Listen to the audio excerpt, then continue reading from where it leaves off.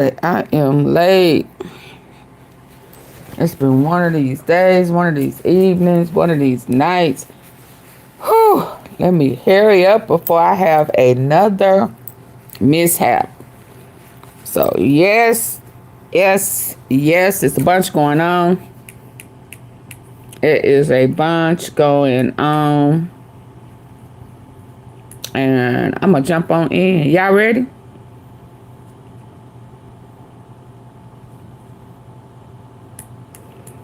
I don't know if it was our girl Candace.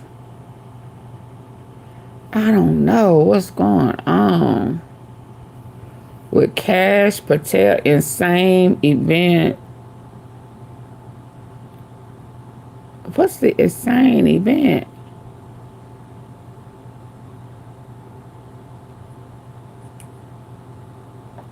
Y'all, it's a bunch going on. A bunch of exposure.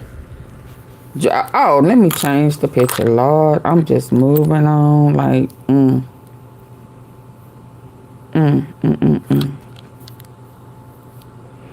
I know y'all was late to the... Oh, my God, you lying. Oh, my God. May I have your attention?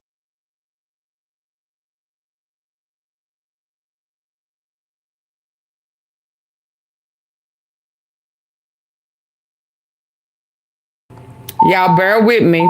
Bear with me.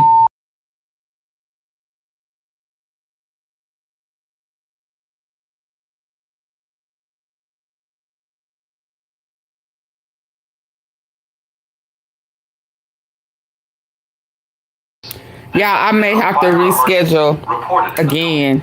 Please evacuate the building by I don't know how long it's going to take them to cut this off. the elevators. Hold on.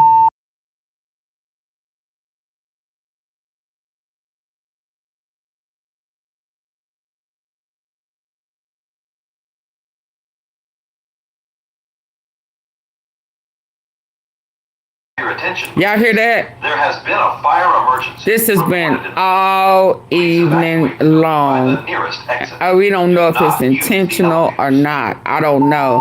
But I hate to end this, and this don't last for 5 minutes, and then I have to start over. So hold on with me. Hold on. May I have your attention, please? Yeah, I'm gonna be safe, but hold on, cause there has been a it's been reported in the building. False alarms. Please evacuate the building by the nearest Hold on. exit. Do not.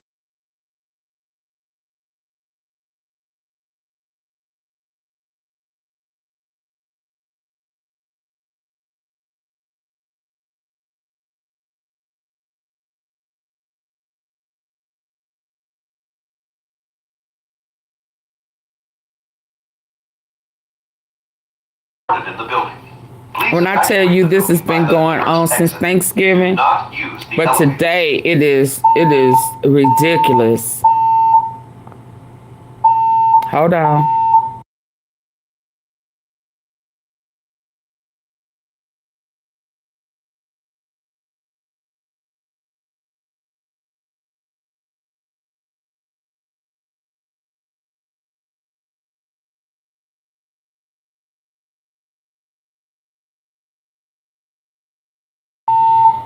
Mama Tom, this has happened just today, 5 times. And we got a bet going on that it is going to happen probably another 2 times tonight because of homeless people because of homeless people. So bear with me. Bear with me.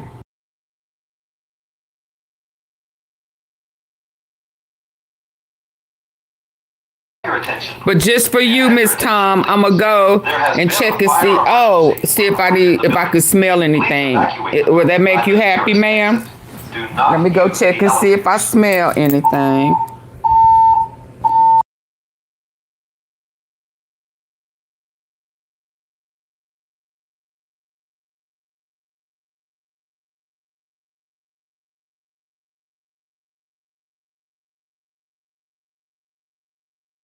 A fire emergency. I'm checking. Hold on.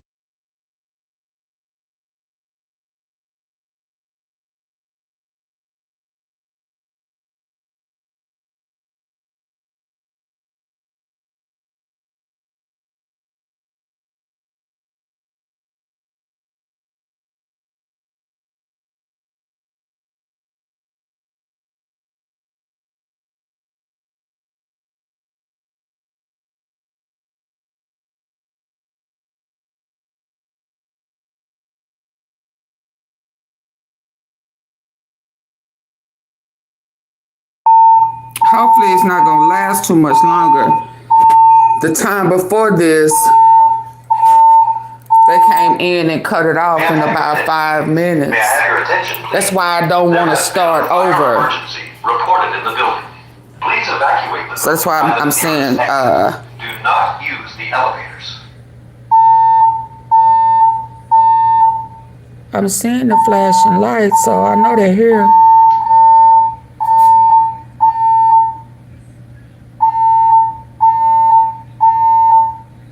May I have your attention, please? May I have your attention, please? There has been a fire emergency reported in the building.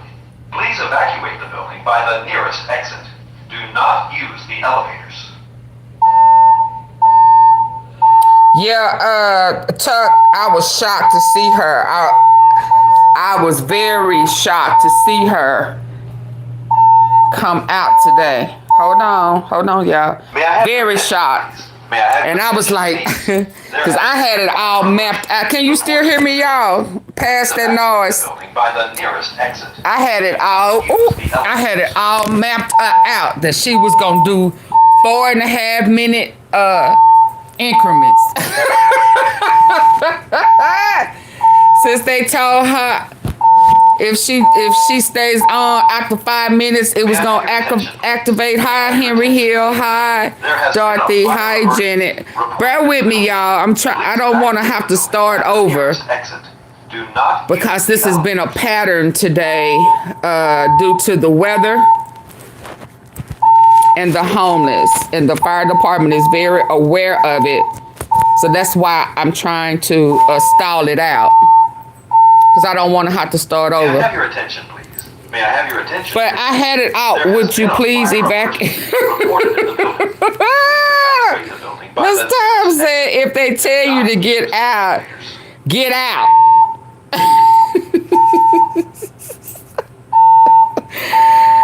Oh my goodness.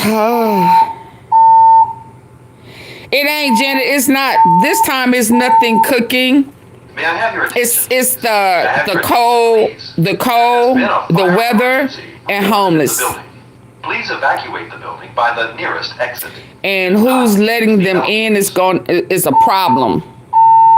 We understand that it's cold outside, but I don't know. It's some other stuff that's probably going on, but that is what's happening. Because the fire department just left less than an hour ago, and they have been here at least 4 times today. Please evacuate the building by the nearest exit. Do not use the elevators. Which is why I'm not budging. I've done that. This is about the 4th or 5th time. We got a bid going on, and may I have your attention, please? Remember the other day it was 4:20 in the morning. Emergency reported in the building. But Tuck, by the nearest exit. when I saw apartments when you first turned the heat, oh yeah, I went through that. But this is not the smoke detector. But I did go through the smoke detector too. But that's not this. May I have your attention, please? May I have your attention, please? There has been a fire emergency reported in the building. Yeah, and it's really not. By the nearest exit. I don't think.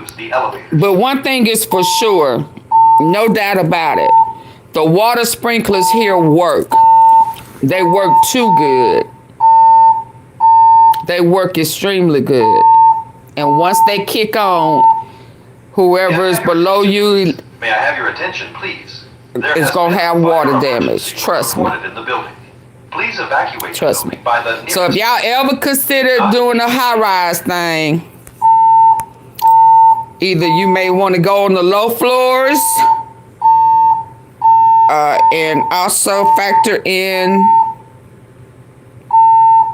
this type of stuff when you live in a high-rise. May I have your attention, please? May I have your attention, please? Yeah, I never considered Please evacuate I thought anything about this in a high-rise.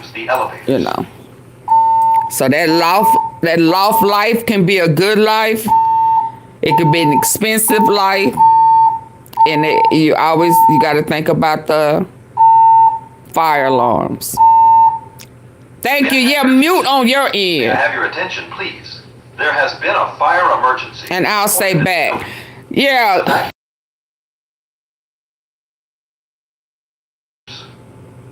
Yeah, everybody mute, and then when it's off, people would let the homeless in the garage. Yeah, everybody, house fire. May I have your attention, please? There has been a everybody go on mute, and then I'll put it in the comments section by the nearest exit. Back. Do not use I just don't want to lose y'all. And as soon as I end this, it's gonna go off.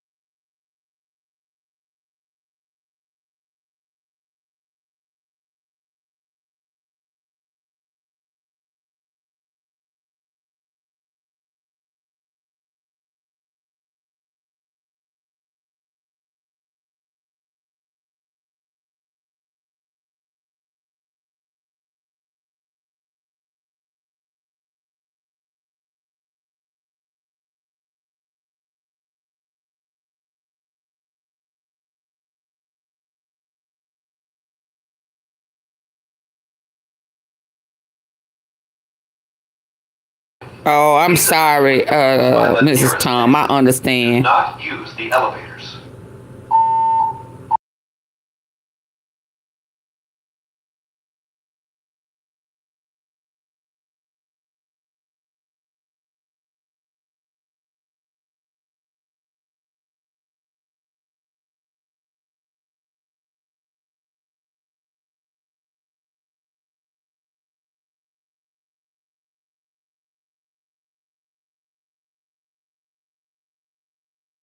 I just don't want to start over, because soon as I cut it off, and then I have to go through the process of setting it all up again, and I just don't want to do this for.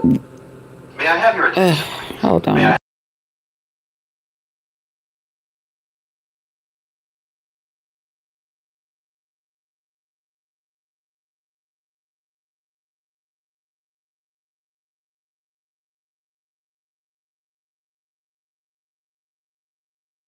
Hey, Cynthia.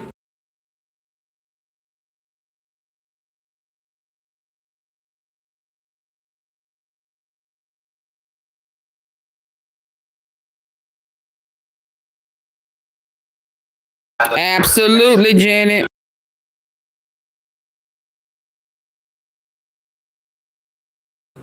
And his lack of response to Charlie Kirk. And Candace done put some heat under them too.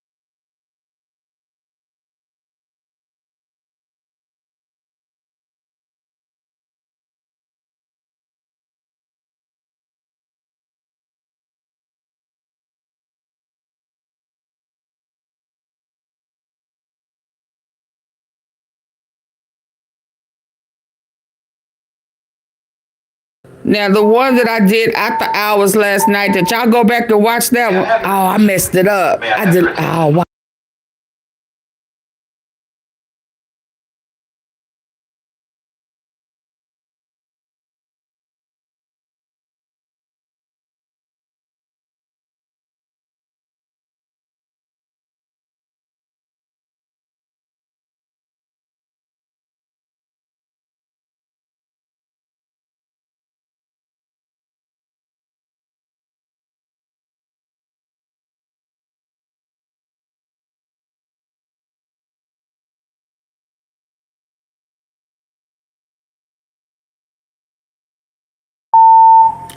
Oh, yeah, I know, Desire. If I hang in there, my alarm going off.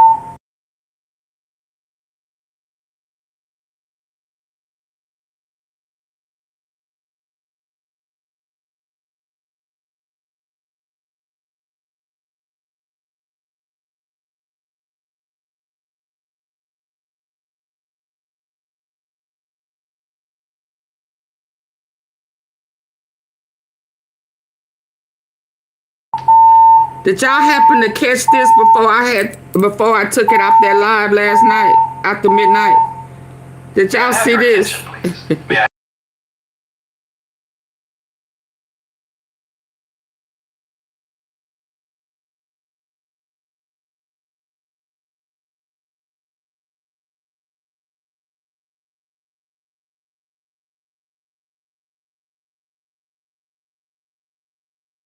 What y'all think this is?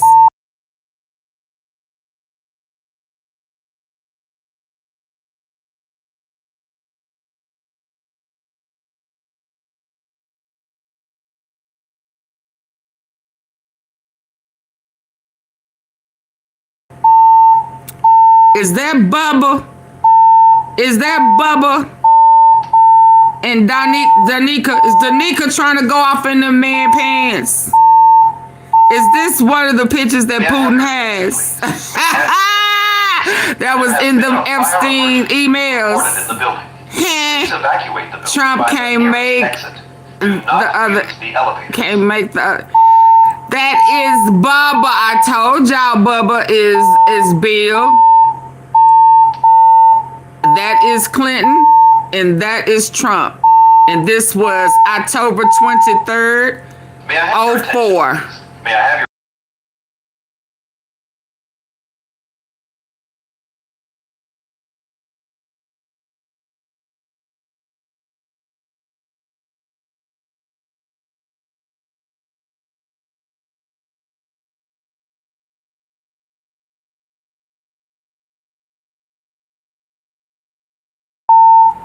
Look at that fat ass. May I have your big hip ass. May I have your attention, please? Reported in the building. Please evacuate the Found it. Exit. Do not use the elevators. Found it.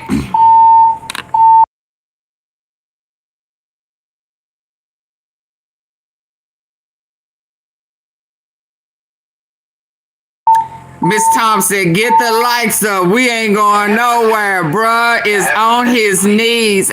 Absolutely.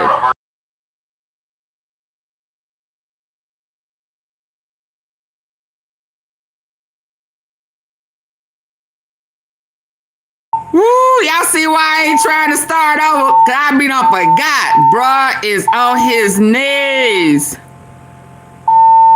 That is in 2004. This is Trump and Bubba. Reported in the building. You remember Epstein emails where Epstein brother Do not use asked elevators. him to ask on Bannon, do Putin still have the picture? Well, this is one of the picture before he started blowing.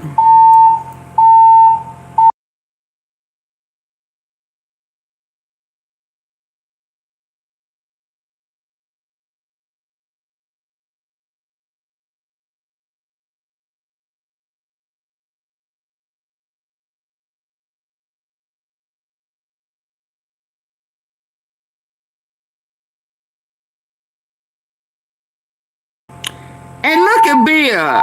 Looking like, okay, now are you sure this is what you want to do? May I have your attention?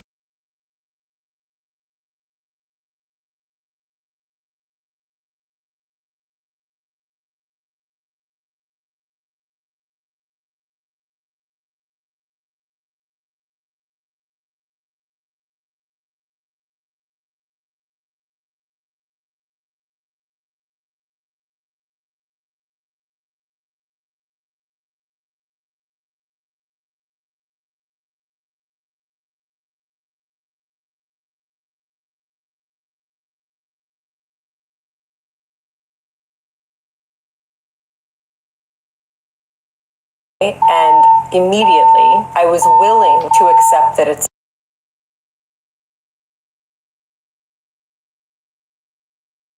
the right proportion. May I have your attention? She said something about them hands.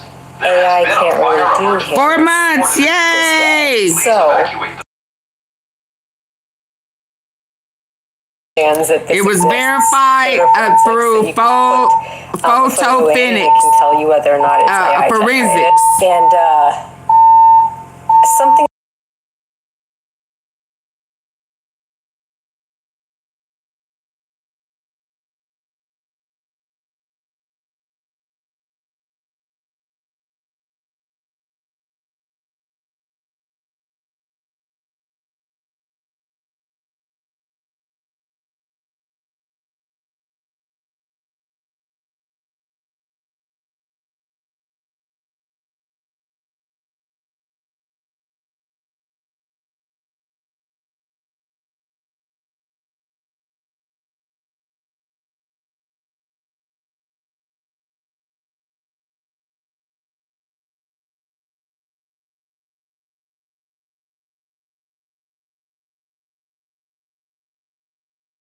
There are Hey, I said it's real. The elevator.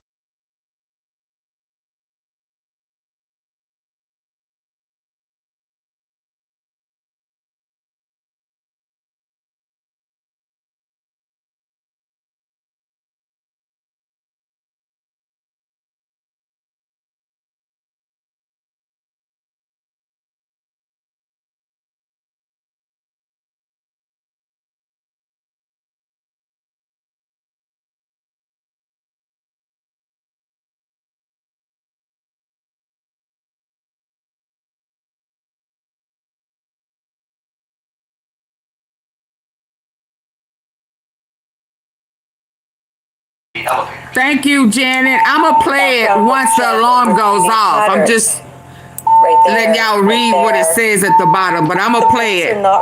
Bear with me, y'all. Hang in there.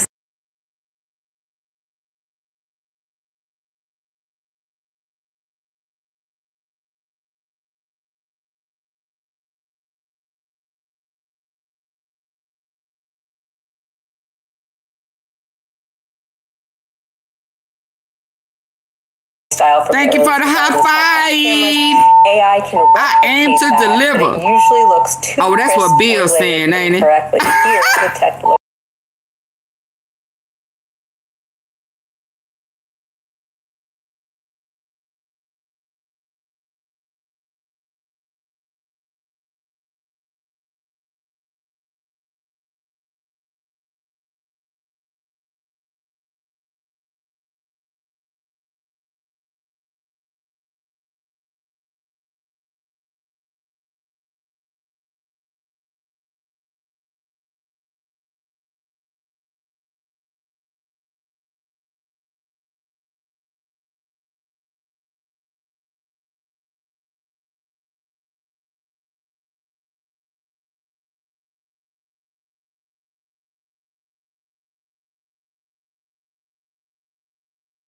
He said that carpet detail is on point. AI says it is There has been a fire not emergency reported fake. in the building. The Please picture evacuate is by the nearest real. exit. Do Billy not finna use get the his elevator. knob slobbed on.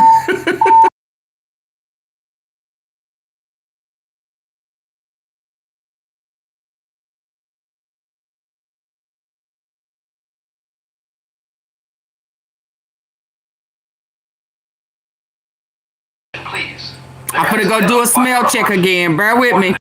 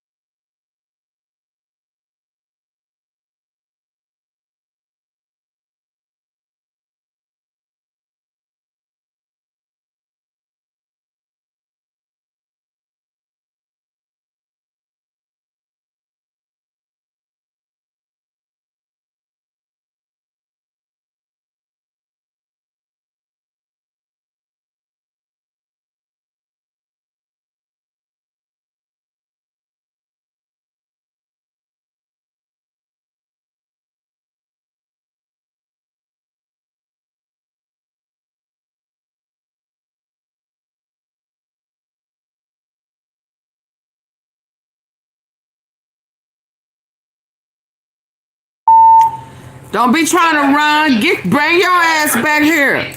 There has been a Don't be fire trying to emergency cut it off. reported in the Listen, building. so it looks Please like evacuate the building by the fire nearest department exit. done been here Do so not much use the with these elevators. false alarms. They are on another assignment. And they gonna come back and swing through. Because I done went out there, went to the elevator. It come on. What I thought was they lights. That ain't they lights. They ain't even here. They Please evacuate the working on building a by the real nearest one. exit. Do not So I use thought the elevators. we could leave. We could still stay here and wait for them to cut it off. Let folk get a picture of it so they can't say it ain't true or they don't forgot about it. It has May I have your been attention, please? There has been a verified. fire emergency reported in the building. Please evacuate Look the at building Trump. by the nearest He, exit. I mean, and Do not he is use the initiated, y'all. He got his hands on that man's pants down at his private area. Wow.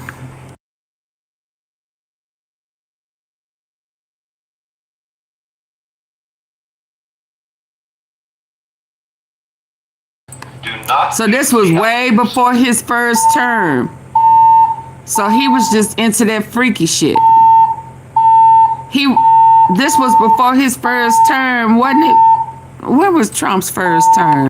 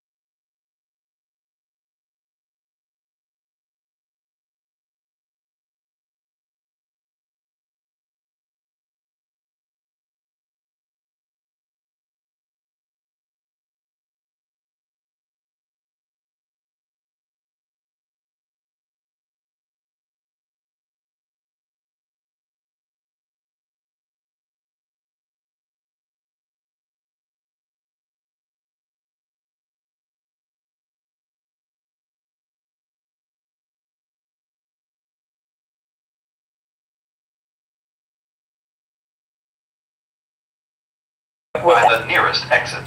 Do not use the elevators.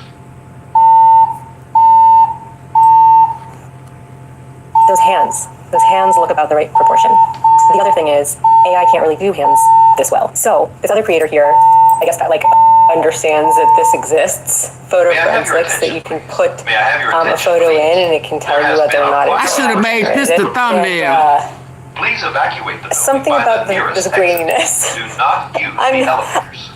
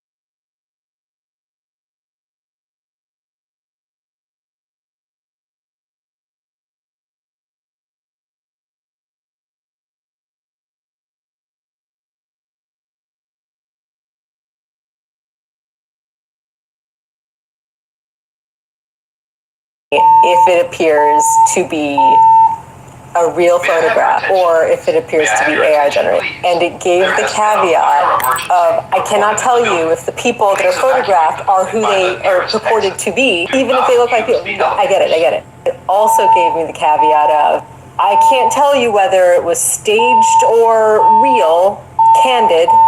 I get it. Just tell me if the photograph has Is real. AI says that this is a real photograph and there are no artifacts, there are no signals, there are no signs, symbols, messages telling it that this is a fake photograph. Hands, shadows, and body geometry. The hands, particularly the ones resting on the chair arm, look fairly anatomically consistent. AI still struggles with things. Wow, Bill just sit there and watch Trump suck his dick.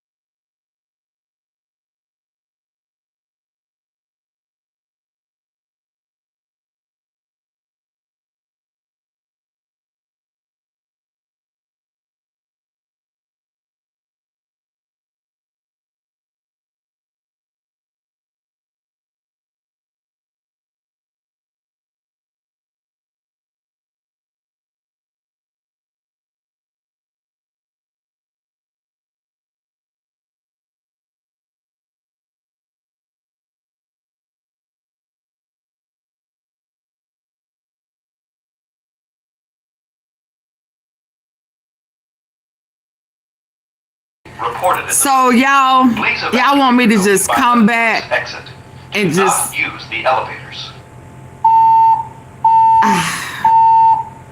So what I think I'm gonna do, because this is going on longer than I thought. I really want to run downstairs and see if the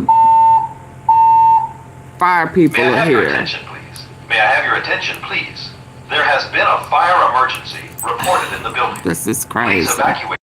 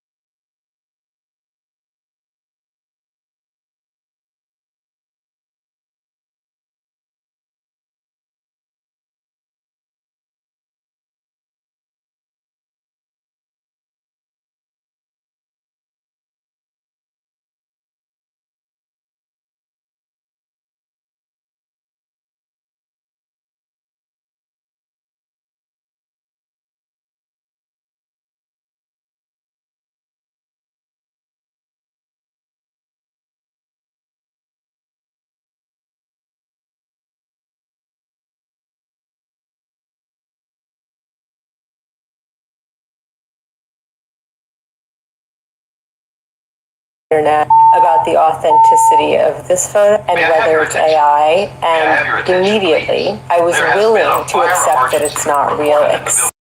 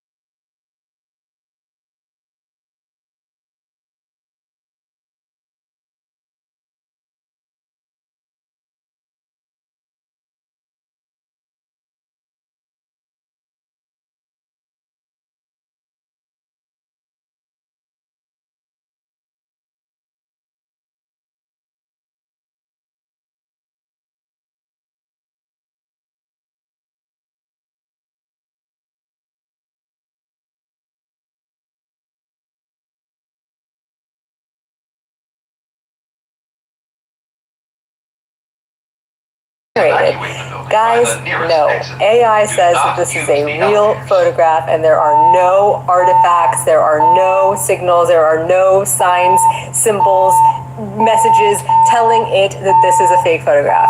Hands, shadows, and body geometry. The hands, particularly the ones May I have your attention? resting on May I have the your chair attention, arm. please? Look That's why their very head be looking dead with all that green AI shit still on it. struggles with finger Please evacuate structure. by the I don't nearest see exit. obvious distortions. Do not There's use no the elevators. mismatched shadows.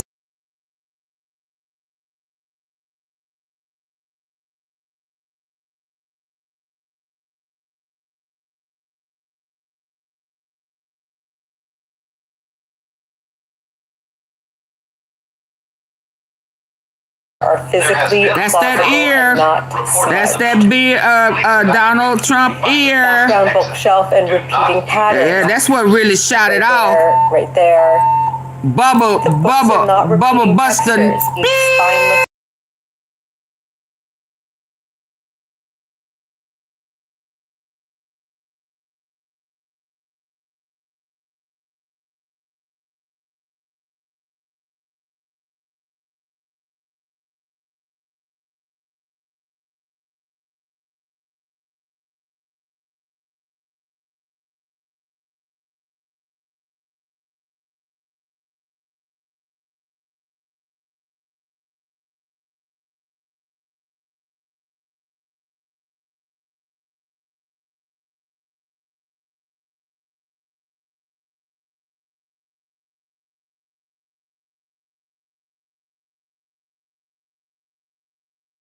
regions. Yay! It's out. Different parts often have mismatched. We texture at survived. those levels. Hold on. So this is all you. Whew! Finally, T Sippers. We stalled it out.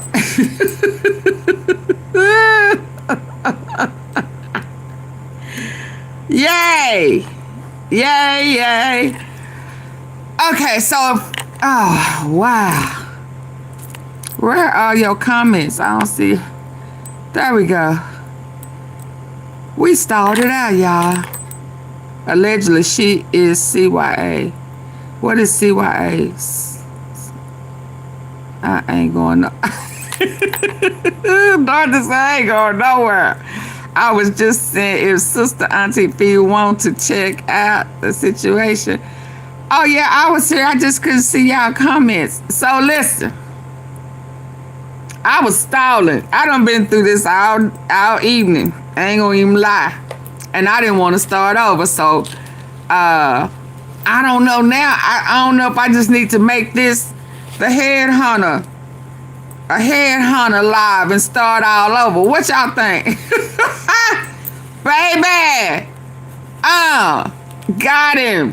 Got him on his knees. How can I please? And Bill, he just sitting there waiting.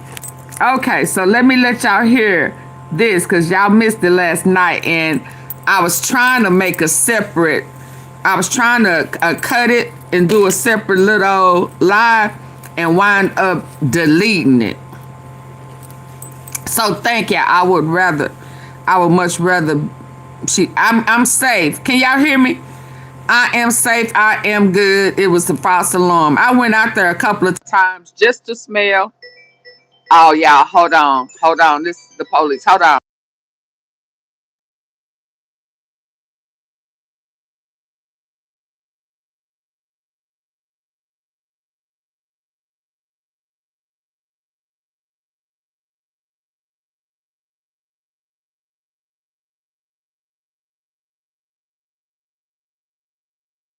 Sorry, I had a call to come in. I'm sorry, I had to take that call just to double check on what was happening.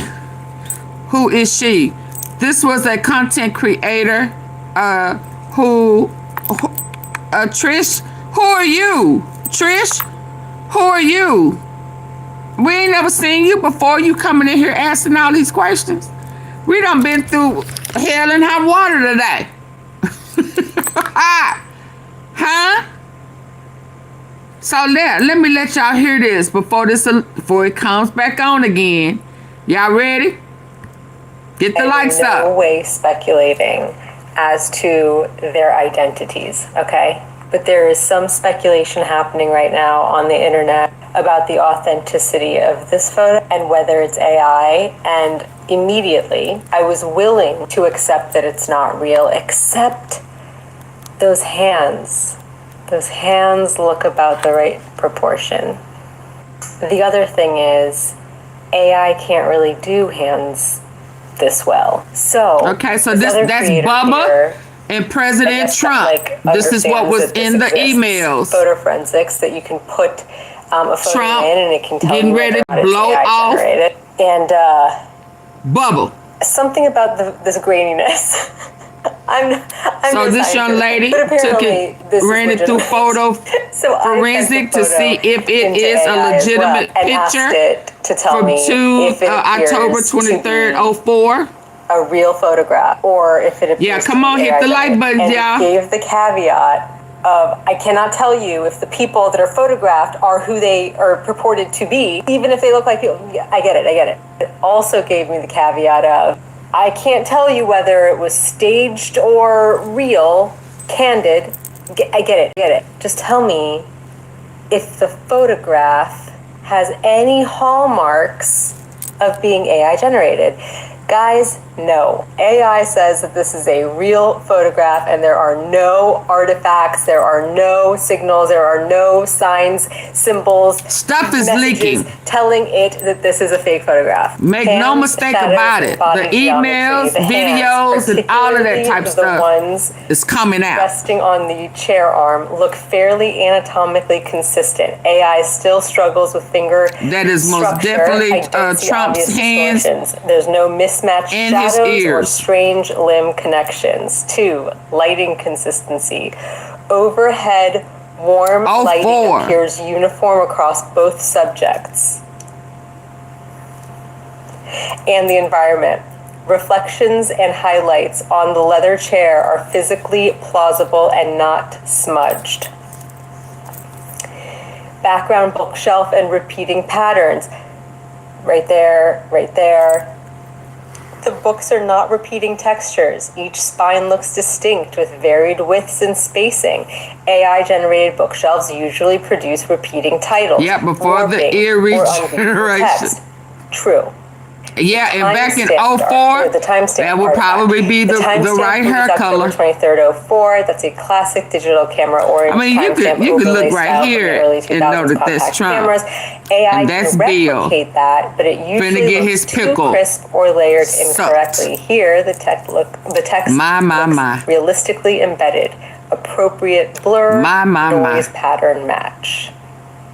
Compression and noise uniformity. I think this is what I showed you with the two. Noise. So was that moaning and groaning? What noise? What noise? Where you? So she had noise? Where the noise?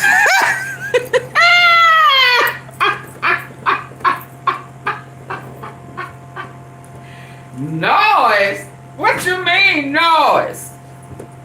What type of noise? Huh? Was he talking shit? I mean, what? Was he saying some kinky shit? Was he saying give me this mother?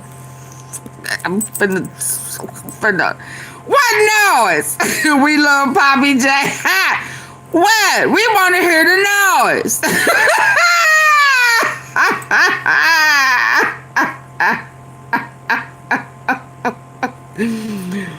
Woo! What type of noise? It was Bill saying, don't put no teeth on it now.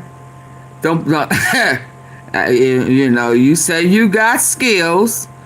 Yeah, you finna blow it like I blow my horn, but no teeth. No teeth. No deal. Your teeth touch my skin. The deal is off. Now get to it. Is that the noise? We want the noise. We want the noise. We want to hear who was the freakiest. Look at him. I mean, Trump really going in. He trying to get that pants on. He said, shit. Give me that belt buckle. Come on. God damn. I'm like, woo.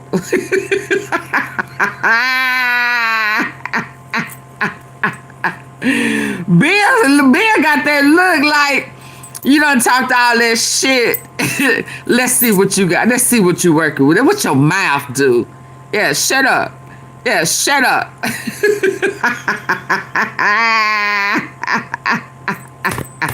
You talk too much. Yeah. That get the right.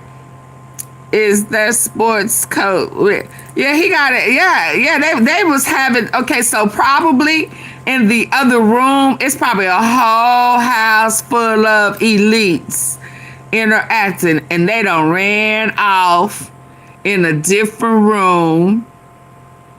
Put that ass, that fat ass. Look at the fat ass.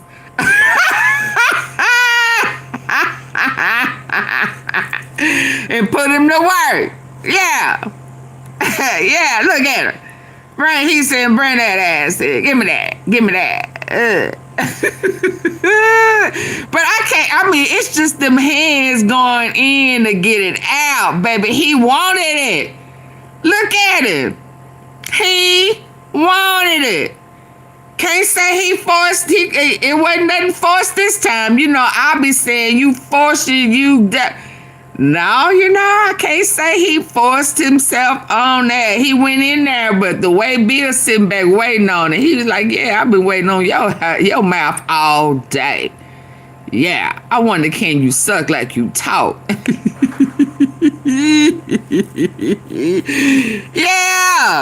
Yeah, what your tongue do? Huh? He going in, ain't it? Look at him. He putting them hands to work. That's probably the most work his ass done all his life. Is this how you got inside the elite? Yeah. Cause back in 04, you was still, at that point, you had lost money, hadn't you? Yeah, you had lost a couple of businesses. Was this when you was campaigning to be, you know, the chosen one?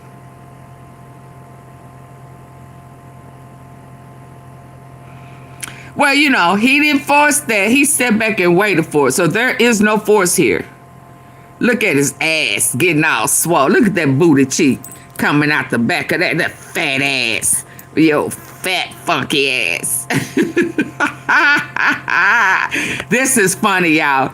So, yeah, I realized last night when I came late, and then I accidentally trying to make a clip of this, I deleted it. So if y'all wasn't up late last night, y'all ain't even know AunTeaFee had this. Yeah. Yeah. The blow. The blow. So this is just this one picture. But guess what? This is not the full picture. This is not all the pictures. They are slowly leaking. This one went through the process to be verified of AI.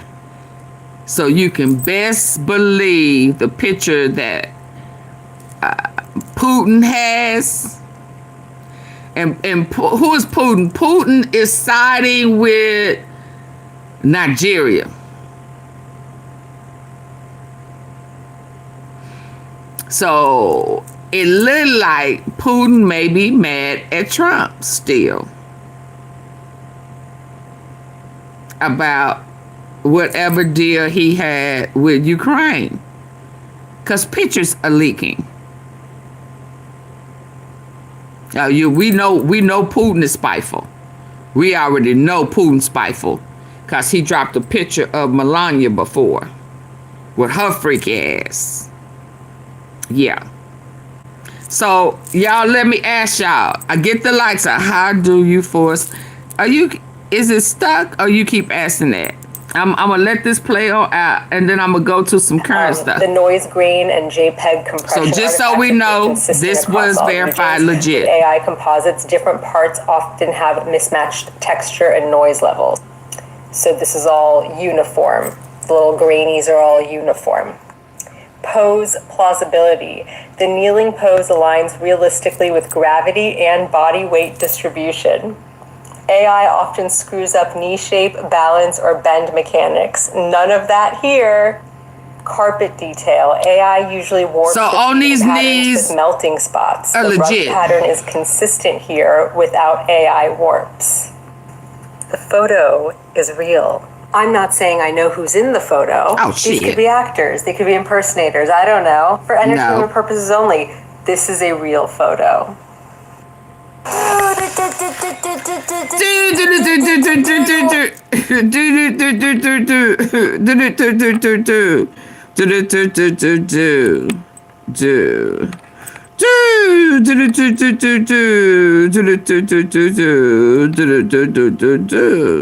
I'm trying to find something to put up here. Let me see. Will that work? Oh, look, that's the same ear, y'all. That is the same ear. That is the same. Saying fuck. Fuck. Fuck. Fuck. That is the same ear. That, yeah.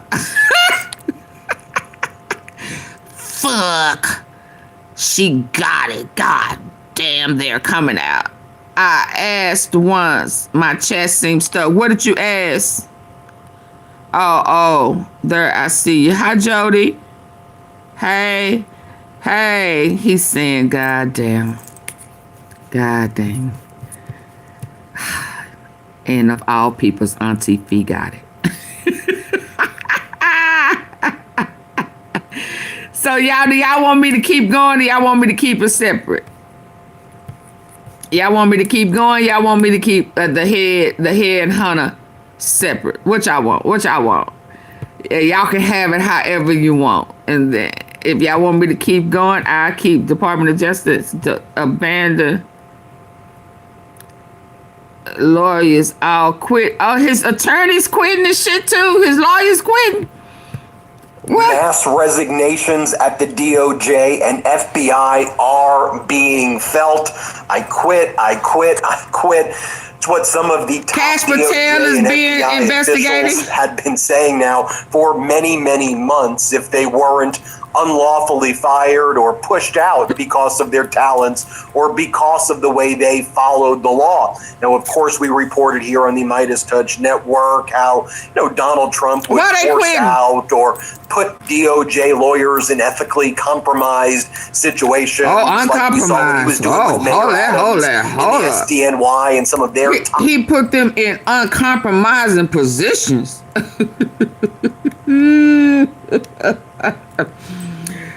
uncompromising positions.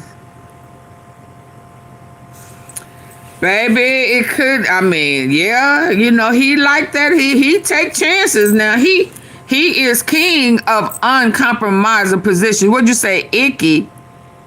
I vote Candace. What do you mean? So, okay, y'all want me to keep them separate, or you want me to go into Candace? You want me to keep it separate? You want me to keep going and add Candace? Many are jumping ship. Pointing fingers. Yeah, I mean, and the stuff is coming out. And I think the judge I saw earlier, hold on. She said release them. I think there was another judgment about releasing them Epstein files. Hold on, let me put it back. However, the head hunter, the head gang, the meltdown. Yeah, they all melting down. Hold on, and he's striking, and Trump shocking announcement. Patel pitiful leadership. Where is the judge? Hold on. I would permanently pause immigration.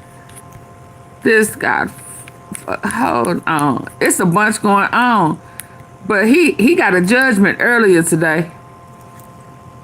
Upon New Jersey. Y'all get the likes up. Get the like. I appreciate y'all. I'm not going to trip. I appreciate y'all hanging in there. That's why I kept it on him.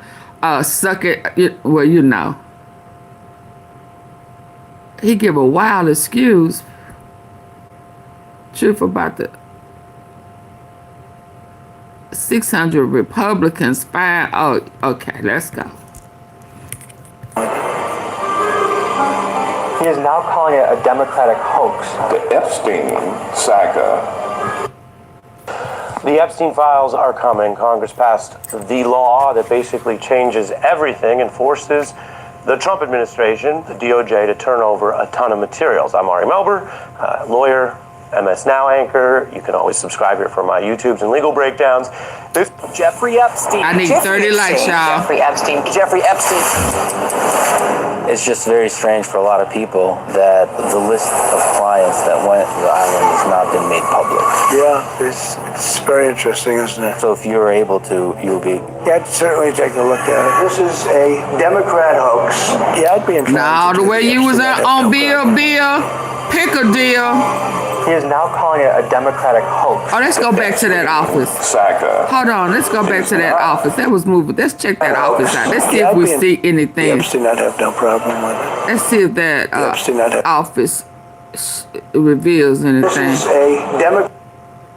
Hold on, I want to look at that Yeah, office. it's very interesting, isn't it? So if you're able to, you'll be... Yeah, I'd certainly take a look at it. This is a Democrat hoax. Yeah, I'd be inclined to do the Epstein. I'd have no problem with it. Yeah, you're a lie.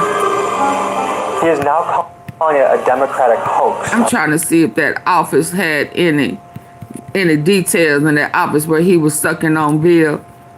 Yeah, deal. The Epstein, I'd If have they no was problem with it. sucking on Bill's deal. He is now... Is that the...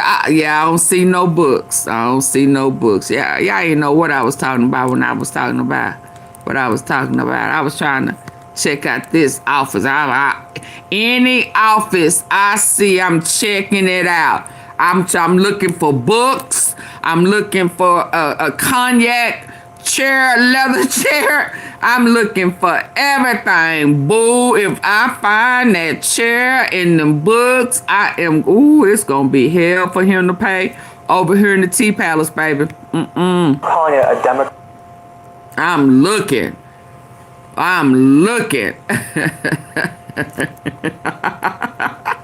hoax. The Epstein saga is not a hoax. Evidence that shows that Epstein was a creation of either Mossad, Israeli intelligence, American intelligence. But the bottom line is the records are getting out. The president says that The records are politicized getting out. hoax. What the hell are they afraid of? 2 years ago, we talked about releasing the Epstein files. Last What office was this? I'm looking at the books. Where is this at? Let's go. What the hell are they afraid of? 2 years ago, we talked about releasing the Epstein files. Last night, I was shocked to hear that you voted against releasing the Epstein files. Notorious sex offender Jeffrey Epstein kept the Y'all, it's coming out. list. The fallout has spiraled into a full-blown political scandal that Donald Trump, for once, can't seem to shake. At the heart of it is the friendship between the president and the pedophile. Look at it. He look like a little girl. He look now we know he a headhunter. He sure look feminine on that picture, don't he? He sure look feminine. He sure look like his daughter with the fat face right here. Yeah. He look like the what's that song? Good Ship Lollipop, don't he? He look like the fat ass jaws. He look like he could suck a mean one, don't he?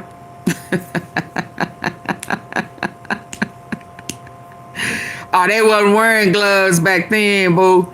He had his hand on it. And then he done showed his hand. I told you he got that strong hand.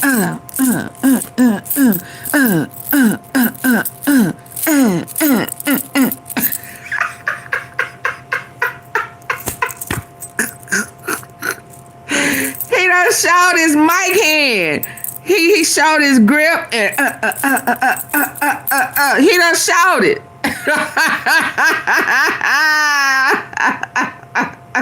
He done showed it before. Look at him. Be like, yeah. And then 50 Cent going ham on Diddy, Netflix. All they dirt finna come out. All their little girly secrets is about to surface. Yeah, he showed little girly right there. I ain't gonna even lie. He got a Jerry curl. He like his hair curly. What your hair doing? I thought you normally wear it flipped over to the side. Now you watch what you say. Clever. Watch what you say. Yeah, on the other side. Get your ass up out of here. You don't tell me what the fuck can do. Yeah, get your ass up out of here. How about that? Y'all say bye to never come over here talking that noise to us. We gonna say what we want to say. Don't get mad at us. Because your cult leader pictures are coming out with his hands going down Bubba's pants, trying to get his zipper undone, trying to get his belt buckle. Yeah, he was ready to open his mouth and talk like he always talk. That's the only way to keep his mouth shut, is to put a pickle in it. Yeah, absolutely. Yeah, don't get mad at us because the truth is coming out. The evidence is appearing. Absolutely. Is the president lying? Hell yeah. Would you raise your hand, please? Do you solemnly swear the testimony you're about to give in the matter now pending should be the truth, the whole truth, and nothing but the truth? Yes, ma'am. Yes, ma'am. Andrew and the former president, Bill Clinton, have been named. More are expected to come out. In the last few weeks, they've linked Epstein to some very famous Just names got and done exposed with their some own very freak sordid out. details. Absolutely. Elon Musk calls for Hey, where you fit in, Elonda? Elonda. Calls out National Guard Where in you LA. fit in? Democrat and Republican members of Congress call for release of the Epstein files.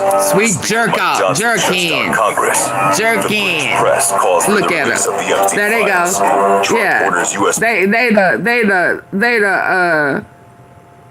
bisexual twins, lollipop. Look at them. They the tricks. They the elite tricks, male tricks. Yeah, look at it. Let's go back to the good ship Trump lollipop. calls out National Guard in L.A. Yeah, good ship lollipop. Where we Democrat and live. Republican members of Congress call for release of the Epstein files. I'm trying to stop. Speaker Mike Johnson shuts down Congress. The British press. Look at him. Look at him. Look at him. Yeah, the big old, the two tricks. Yeah. Yeah, y'all do tricks. When y'all don't have no girls, y'all turn into them. Yeah. Yeah, like I said, it looked like he had kissy curls, like he had a Jerry curl. Yeah, look at him. Just as fruity as they want to be. Yeah. Ooh wee. Ooh wee. Ooh wee. Yeah, fruity asses. Want somebody to be scared, you fat ass. Calls for the release of the Epstein files. Trump orders U.S. military to attack What year was Venezuelans. that? This isn't complicated. The Epstein files are coming. Congress passed the law that basically changes everything and forces the Trump administration, the DOJ, to turn over a ton of materials. I'm Ari Melber, lawyer, MS Now anchor. You can always subscribe here for my YouTubes and legal breakdowns. This is part 2 of a breakdown I've been doing about those documents. Now, though, pause that conversation to get back to this breaking news we just teased. Just moments ago, the House Oversight Committee released never-before-seen emails from Jeffrey Epstein's estate, which include correspondence between Epstein and his longtime co-conspirator, Ghislaine Maxwell, currently incarcerated on sex trafficking charges. It all comes as survivors of convicted sex offender Jeffrey Epstein have released a PSA urging Congress to vote on releasing all the files related to this case. Let's take a listen to that. I was 14 years old. I was 16 years old. I was 16. 17, 14 years old. This is me. This was me. This is me. When I met Jeffrey Epstein. This is me when I met Jeffrey Epstein.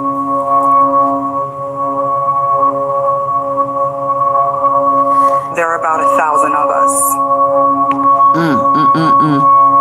That heartbreaking video ends with a call to action for voters to tell their Congress members to vote yes on the release of these files. That vote could take place as early as tomorrow. There's a breakthrough in the Jeffrey Epstein case. We've learned now that the feds had a money laundering case against him that they didn't bring. I'm Ari Melber, MSNBC anchor, chief legal correspondent, and I'm going to talk about that in this breakdown, as well as Donald Trump's efforts to control the military, affect our democracy, and also try to stave off the belief or awareness that he is a lame duck president. Something I've discussed in breakdown, including the efforts to suggest to people that somehow he could illegally rule beyond 2028. But starting with Epstein, there are 2 big reports new from the New York Times and Bloomberg, which uses Freedom of Information Act reporting to get documents about the Epstein case. This is really significant to learn that there was actually an entire money laundering case prepared against Epstein that was basically blocked back the first time he was under investigation.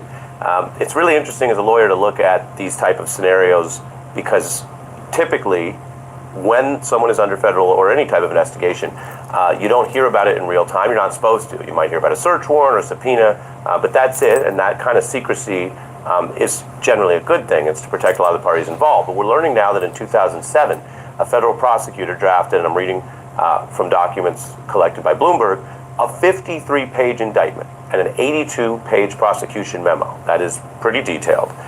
This is our original reporting on those newly released emails from the deceased sex trafficker. So we turn to how Epstein tonight, who had used money and politically connected lawyers to duck the worst charges in his original sex crime case, how he continued that playbook. And that was clear, even as the legal walls closed in. In those final couple years before he was arrested, things looked tough.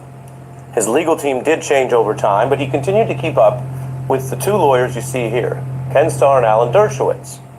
And they brought more than courtroom experience. They had links to the very top of the government and business elites who run large parts of this country. The new emails shed more light on how Epstein and Starr seemed very close. They met regularly.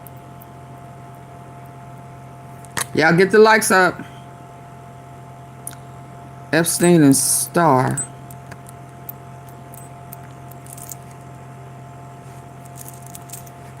Ken Starr. Okay.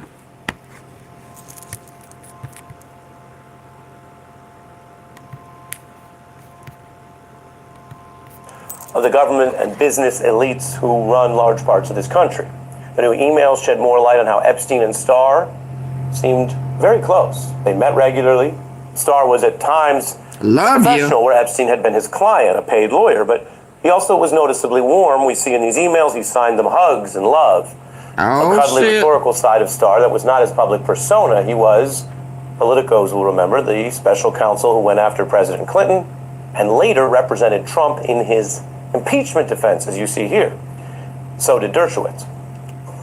Mounting suspicions the White House may be stonewalling the release of more Epstein files. Several sources told MS Now Democrats on the House Oversight Committee believe there has been an intense White House cover-up on the files, and fears Attorney General Pam Bondi will weaponize what they call sham investigations He in trouble to right keep now. critical evidence from reaching the public.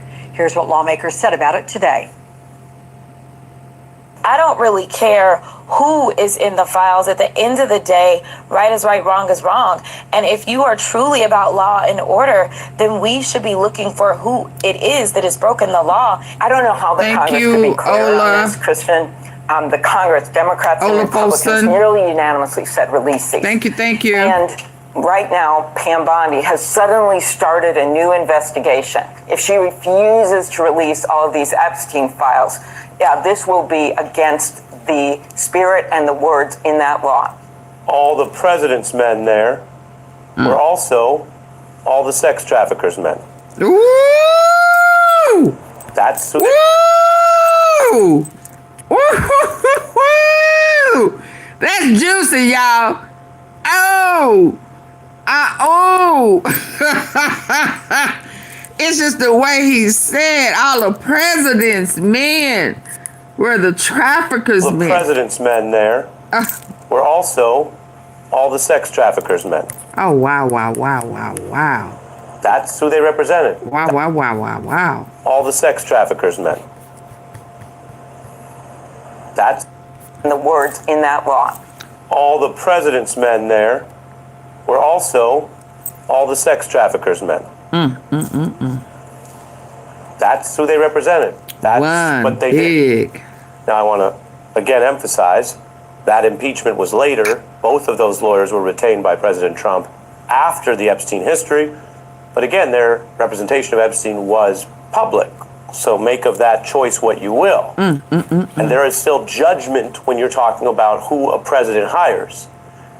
I'd be the first and the last to remind everyone, legal counsel is a right in America, not a choice, not something to be bartered away when someone faces a big enough accusation. Everyone is entitled to that right, Mr. Epstein and Mr. Trump both. But the president's choice there may speak volumes, and we will see if we get the rest of the evidence to understand Aloha, kitty. Who he chose. Another 2017 email from a journalist who had worked for the New York Times prior suggests Epstein hired Starr. If we had it that easy, it'd all been out. Epstein hired Starr, meaning we, again, are following whether that so-called friendship also still involved being paid.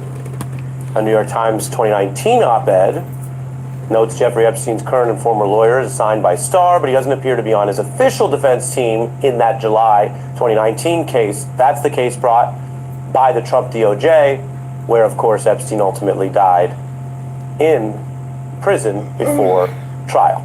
We begin this hour with the most anticipated vote this week in Congress as the House decides whether to force the Justice Department to release all of its files regarding convicted child sex offender Jeffrey Epstein. It will be a moment when all 433 sitting members of the House will need to go on record with where they stand on this issue. For Republican lawmakers, Donald Trump will be watching closely, but so will Epstein survivors, some of whom are planning to be at the Capitol ahead of the vote.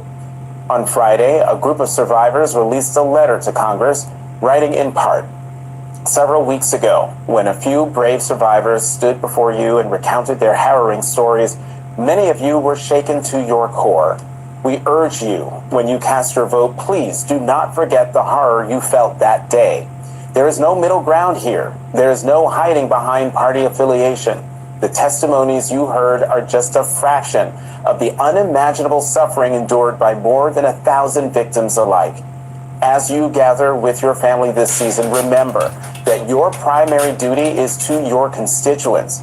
Look into the eyes of your children, your sisters, your mothers, and your aunts. Imagine if they had been preyed upon. Imagine if you yourself were a survivor. What would you want for them? What would you want for yourself? When you vote, we will remember your decision at the ballot box. Hello, everyone. Oh, wow. Welcome back. And I hope you've been having a great week so far. Today's update will be straightforward, calm, and informational. We are going to discuss a fictional organization and its internal leadership challenges, all within a completely imaginary universe for the purpose of organizational commentary. Who is he? This fictional scenario centers around the Central Investigations Bureau, a made-up enforcement and analysis agency within a constructed narrative world. Recently, the agency's honorary leadership figure, whom we will refer to as Director Carson, has been involved in several internal communications and personnel decisions. Its internal leadership challenges, all within a completely imaginary... Hello, everyone. Welcome back. And I hope you've been having a great week so far. Today's update will be straightforward, calm, and informational. We are going to discuss a fictional organization and its internal leadership challenges, all within a completely imaginary universe for the purpose of organizational commentary. This fictional scenario centers around the Central Investigations Bureau, a made-up enforcement and analysis agency within a constructed narrative world.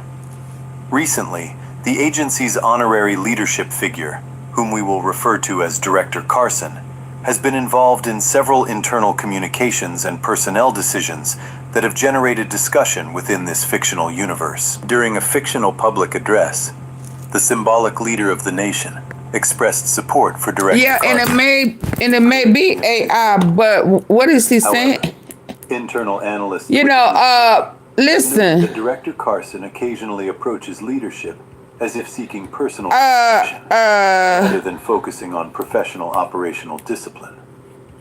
A fictional commentator described this behavior as prioritizing attention rather than methodology. Yeah, even though it's AI. Listen, a lot of people use AI. They don't mean anything to me. They use it for whatever reason. It's still on here. Listen, please. Listen to the message. Sometimes that's kind of insulting to me when people say it's AI, as if that means, yeah, but they use AI. Yeah. Because why else would he put this on here? This man is an attorney, so why would he use this and put it on here unless he felt like there was a message or it plays a part? Now let me double check and see if they... Yeah, who is Carson? Let me go back.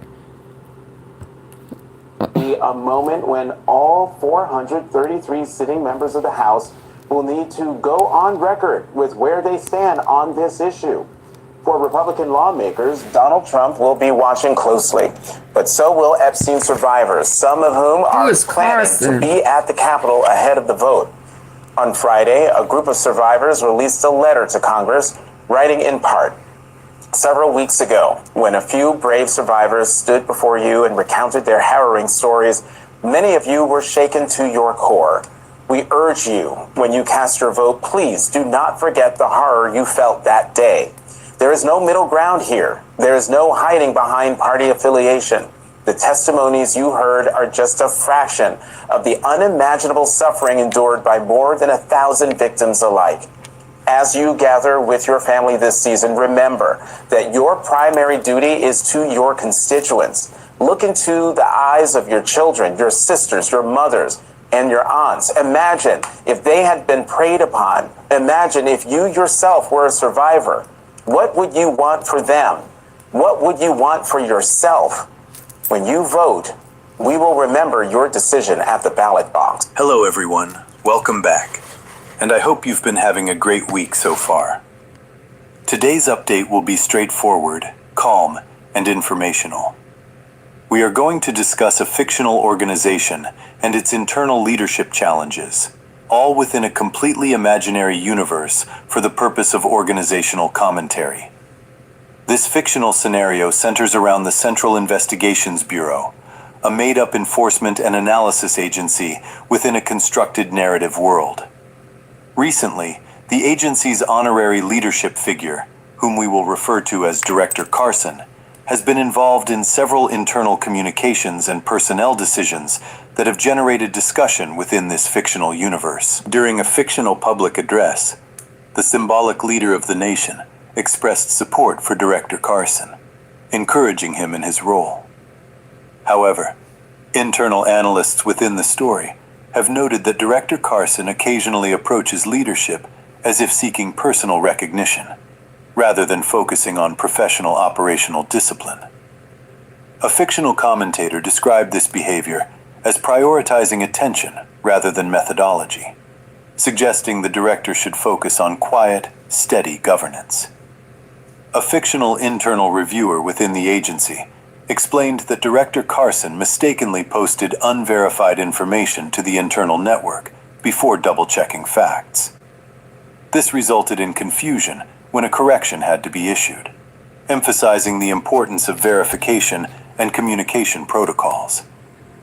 According to the fictional reviewer, Director Carson appeared eager to take credit for operational achievements that had not yet been validated. Several internal observers within the storyline have expressed that the concern is not about any one individual personally, but rather about the qualifications required for overseeing a complex investigative organization. These fictional professionals note that leadership requires experience, composure, and reliable decision-making. Inside this fictional governmental agency, a former acting deputy director, whom we'll call Benjamin Doyle, submitted a fictional internal complaint, noting that Director Carson had expressed to him that staff placement and career positions might depend on loyalty or alignment with certain leadership preferences. Doyle's statement claimed that summary judgments were being rushed and that established review protocols might have been overlooked. Again, all of this is purely fictional and narrative-based, not referencing any real-world individuals or policies. One anonymous staff member in the story mentioned that Director Carson used one of the agency's transport vehicles to attend a personal event unrelated to official duties, Kash Patel, accompanied by a personal acquaintance, which Patel raised questions about propriety within the fictional bureau. In this fictional narrative, Director Carson and his deputy, whom we'll call Daniel Brooks, have become subjects of an internal assessment report, again, purely created for storytelling purposes. The fictional dossier describes a leadership culture where presentation and image management took precedence over investigative diligence. It mentions that the leaders appeared overly focused on social visibility and professional branding. Within this imaginary report, several fictional agents characterized the leadership duo as lacking deep operational experience with complex threat assessment and strategic coordination. They were described as enthusiastic but overwhelmed, well-intentioned but outmatched by the responsibilities of the role. The fictional internal review referenced input from 24 anonymous agency contributors and produced a 115-page organizational reflection document. This fictional document was intended for advisory review within the fictional governmental structure, and its purpose was to examine morale, efficiency, and internal communication. In a fictional follow-up statement, Deputy Brooks commented vaguely that changes they were implementing were controversial, and that critics were attempting to undermine their efforts. He suggested that some individuals preferred older organizational models rather than reform. The fictional report also mentioned operational confusion in field engagements, with briefings described as unclear or insufficient, resulting in team members feeling uncertain or improperly prepared. The takeaway from this imagined storyline is not outrage, but perspective. Leadership roles require training. Experience matters. Communication matters. Preparedness matters. When leadership is assigned out of enthusiasm rather than qualification, the organization, in this fictional world, may suffer practical inefficiencies. And that's the story. Entirely fictional, hypothetical, symbolic, and intended solely for narrative discussion on leadership theory and organizational competence. Thank you, Cheryl. Thanks for watching. You're encouraged to follow this channel for more. Thank you, Cheryl. Yeah, Patel in trouble. He's under investigation tonight. This is true. Jody, that is what I'm thinking. AI.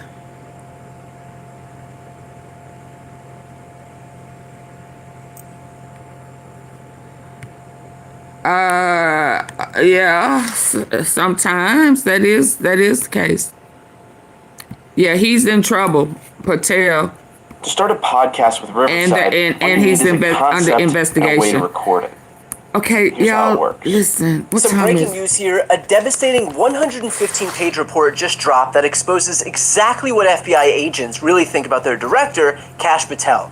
And look, I want to be clear about something from the jump. This isn't some partisan hit job from Democrats. This comes from an alliance of active duty and retired FBI agents and analysts, the same group that previously railed against the Biden administration's DEI policies.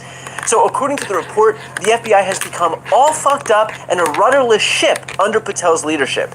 And if you're looking for an anecdote that might sum up perfectly why that leadership is failing, it doesn't get worse than this. It was the day after the assassination of Charlie Kirk. Patel flies into Provo to oversee the investigation. You would think that the FBI director would be laser focused on catching the killer, right? You'd think he hit the ground running, be ready to coordinate with agents on the scene. Not so much. Instead, here's what actually happened, and I'm going to read directly word for word so that you can see the full breadth of what it looks like when a self-important podcaster is in charge of a law enforcement agency. Quote, according to Alpha 99, FBI Director Kash Patel arrived at the Provo Airport in Provo, Utah on September 11, 2025. Alpha 99 said that after his plane landed, FBI Director Kash Patel would not disembark from the plane without an FBI raid jacket. Let me back that up, because that's probably going to tie into Candace Owens, right? Y'all get the likes up. Let's go. Of a law enforcement agency. Quote, according to Alpha 99, FBI Director Kash Patel arrived at the Provo Airport in Provo, Utah on September 11, 2025. Alpha 99 said that after his plane landed, FBI Director Kash Patel would not disembark from the plane without an FBI raid jacket. FBI Director Kash Patel apparently did not have his own FBI raid jacket with him and refused to step down from the plane without wearing one. Alpha 99 went on to say many FBI special agents and other FBI personnel were busy working in the aftermath of the assassination of Charlie Kirk, and that FBI personnel had to stop and ask around to find an FBI raid jacket, a medium-sized one that would fit FBI Director Kash Patel. Alpha 99 said that there were many large and extra-large FBI raid jackets available. Finally, according to Alpha 99, FBI personnel searching for a medium-sized FBI raid jacket that would fit FBI Director Kash Patel finally found one. That raid jacket, Alpha 99 said, belonged to one of the female FBI special agents. Alpha 99 said that the raid jacket belonging to the female FBI special agent was then delivered to FBI Director Kash Patel on the plane, but as he was inspecting the jacket, Director Patel noticed two areas on the upper sleeves near the shoulders that did not have Velcro patches attached. FBI Director Kash Patel then reportedly said he would not leave the aircraft until he had two patches to cover those areas. Members of the FBI SWAT, Special Weapons and Tactics team, took patches off their uniforms and ran those patches over to FBI Director Kash Patel at the airport. The patches were then attached to the loaner FBI raid jacket, and FBI Director Kash Patel disembarked from the plane. So that we're clear, SWAT team-trained federal agents who should be focused on national security had to literally rip patches off their own uniforms and run them to the airport so that the FBI director could have his Instagram moment. And all the while, the investigation into Kirk's killing was being delayed because Patel needed to make sure that he looked the part for the cameras. And perhaps most tellingly, Dan Bongino, the deputy FBI director, later called and apologized to an agent in charge of the Kirk investigation after Patel had berated him with an expletive-laden tirade over perceived blunders, saying that should never have happened. Even Bongino knows that Kash Patel is out of control. And by the way, this isn't my characterization. Patel reportedly did not make a positive impression on FBI personnel during that visit. Sources described him as in over his head with neither the breadth of experience nor the bearing an FBI director needs to be successful. One source who identified as a Trump supporter said Patel is not very good, maybe insecure, and lacks the requisite experience or the measured self-confidence to be FBI director. In fact, one source said both Patel and his deputy director Dan Bongino need to stop talking, stop posing, and just be professional. Which brings me to the broader point here, because this jacket incident is just a symptom of a much larger problem. Multiple sources in the report made it crystal clear what Patel and Bongino are really focused on. Agents said that they're, quote, spending too much time on social media and public relations and are too often concerned with building their own personal resumes. Another source complained about their unfortunate obsession with social media. One agent even said they often find out about FBI news first on social media rather than via internal communication. Think about that. FBI agents, the people actually doing the work, are learning about their own agency's operations from Kash Patel's Twitter feed instead of through proper channels. That's not leadership, that is influencer culture masquerading as federal law enforcement. But here's the thing. The FBI is not a content creation studio. It's not a platform for Kash Patel to build his brand. It is the nation's premier law enforcement agency, tasked with protecting Americans from terrorism, espionage, and violent crimes. And when the director of the FBI is more concerned with getting the perfect shot for his next post than with actually doing the job, then it's the entire country that suffers the consequences of that. As for Dan Bongino, his deputy, sources described him as something of a clown and said they strongly believe that neither Bongino nor Patel had the experience to effectively deal with top-tier threats facing the country. In one particularly disturbing anecdote, several FBI agents were shocked when Bongino told personnel at a Western FBI office that the truth is for chumps. The deputy director of the FBI, an agency whose entire mission revolves around uncovering the truth, said the truth is for chumps. That tells you everything you need to know about what these guys value. I should note too, this report wasn't leaked to some left-wing outlet. This was obtained by Miranda Devine of the New York Post, who is a reliable Trump backer at a pro-Trump outlet. The fact that it was leaked to her specifically suggests that even Trump-friendly sources want this information out there.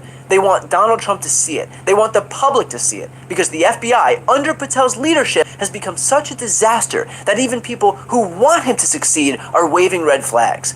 And in fact, those red flags have resulted in some unfortunate consequences for Patel himself. Here's Congressman Jamie Raskin announcing a probe into yet another scandal that's plaguing the embattled FBI director regarding his use of the government's private jet. So it looks like Kash Patel's luck might have run out a little bit. Can you explain the new investigation that you and your committee have just launched into him?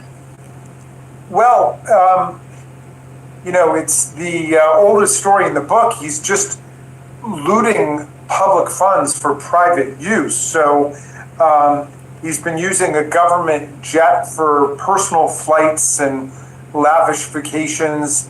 He's been taking his girlfriend on overnight dates in a government jet that's supposed to be used for government purposes. He's done a Scottish golfing excursion with his buddies, again on a government jet. He's taken a trip to a luxury hunting retreat called Unbelievably Boondoggle Ranch, which I think was the name of the whole scandal. I mean, basically, the guy who was the least qualified FBI director in history and has utterly politicized the department and turned it into a weapon against Trump's political enemies is just abusing all of the privileges of the office for personal use. The reality is that running the FBI is one of the most important jobs in America. It requires experience, judgment, and an ability to put the mission above personal ambition.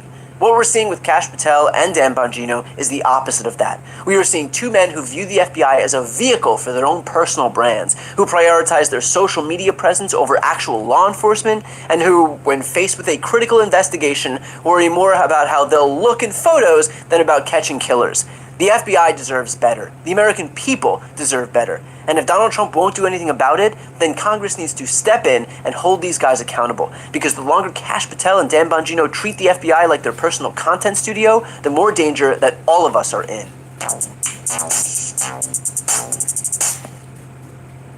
Before you go, if you enjoyed this content and you want to see more and support independent media, please subscribe to this channel. The subscribe button will be right here on the screen. But second, the reality is that we are now in a political environment where this administration can lean on any of the social media platforms to suppress certain voices if they don't like critical coverage. That means my longevity here is in the hands of a few tech billionaires who are already making it clear that they are willing to cater to this administration. To that end, signing up for my newsletter is a way for me to reach... Y'all ready to go into Candace? You directly if that ever becomes necessary. Are y'all ready for Candace?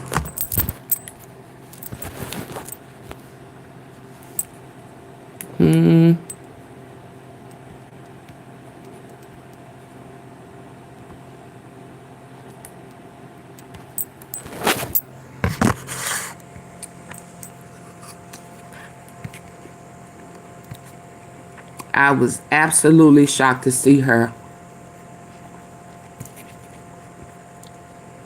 today.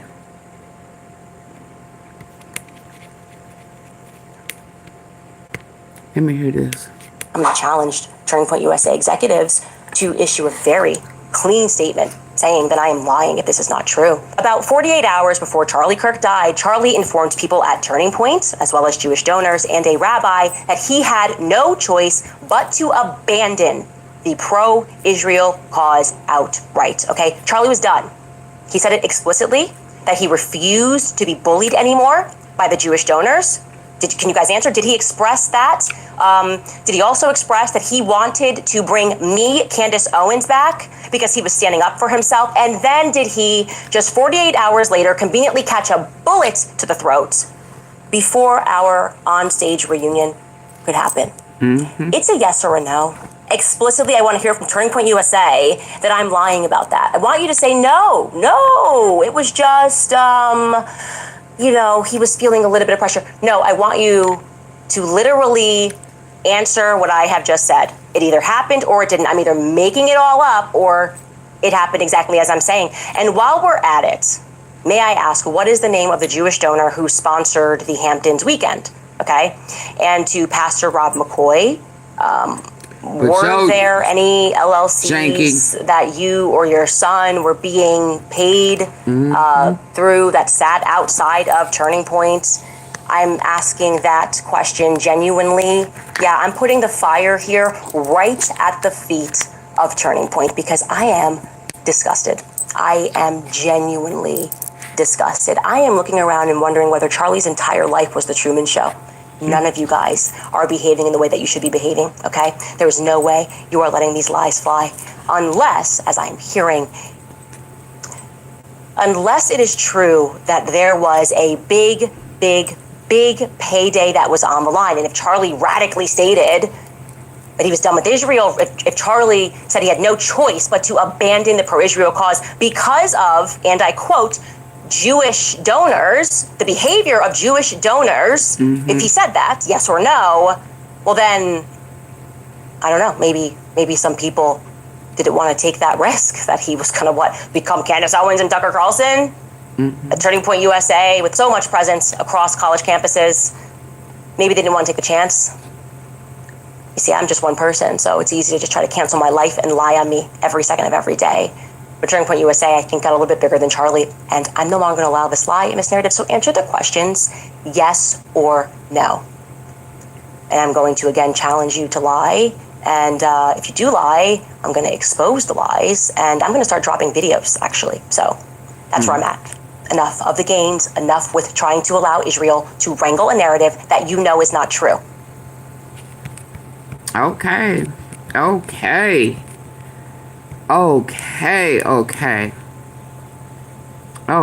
So we all know that she has had death threats and If you saw the news, but Fox News is claiming President Trump is declining in the polls. And President Trump responded, says Fox News polls can't be trusted. So now, Newsmax is... Cut that out. So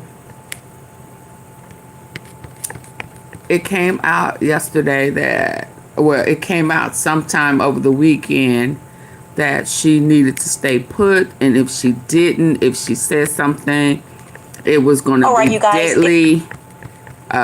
Somebody was going to come in and, you know, let us see the knife, and it was going to just be awful so that no one else says anything. And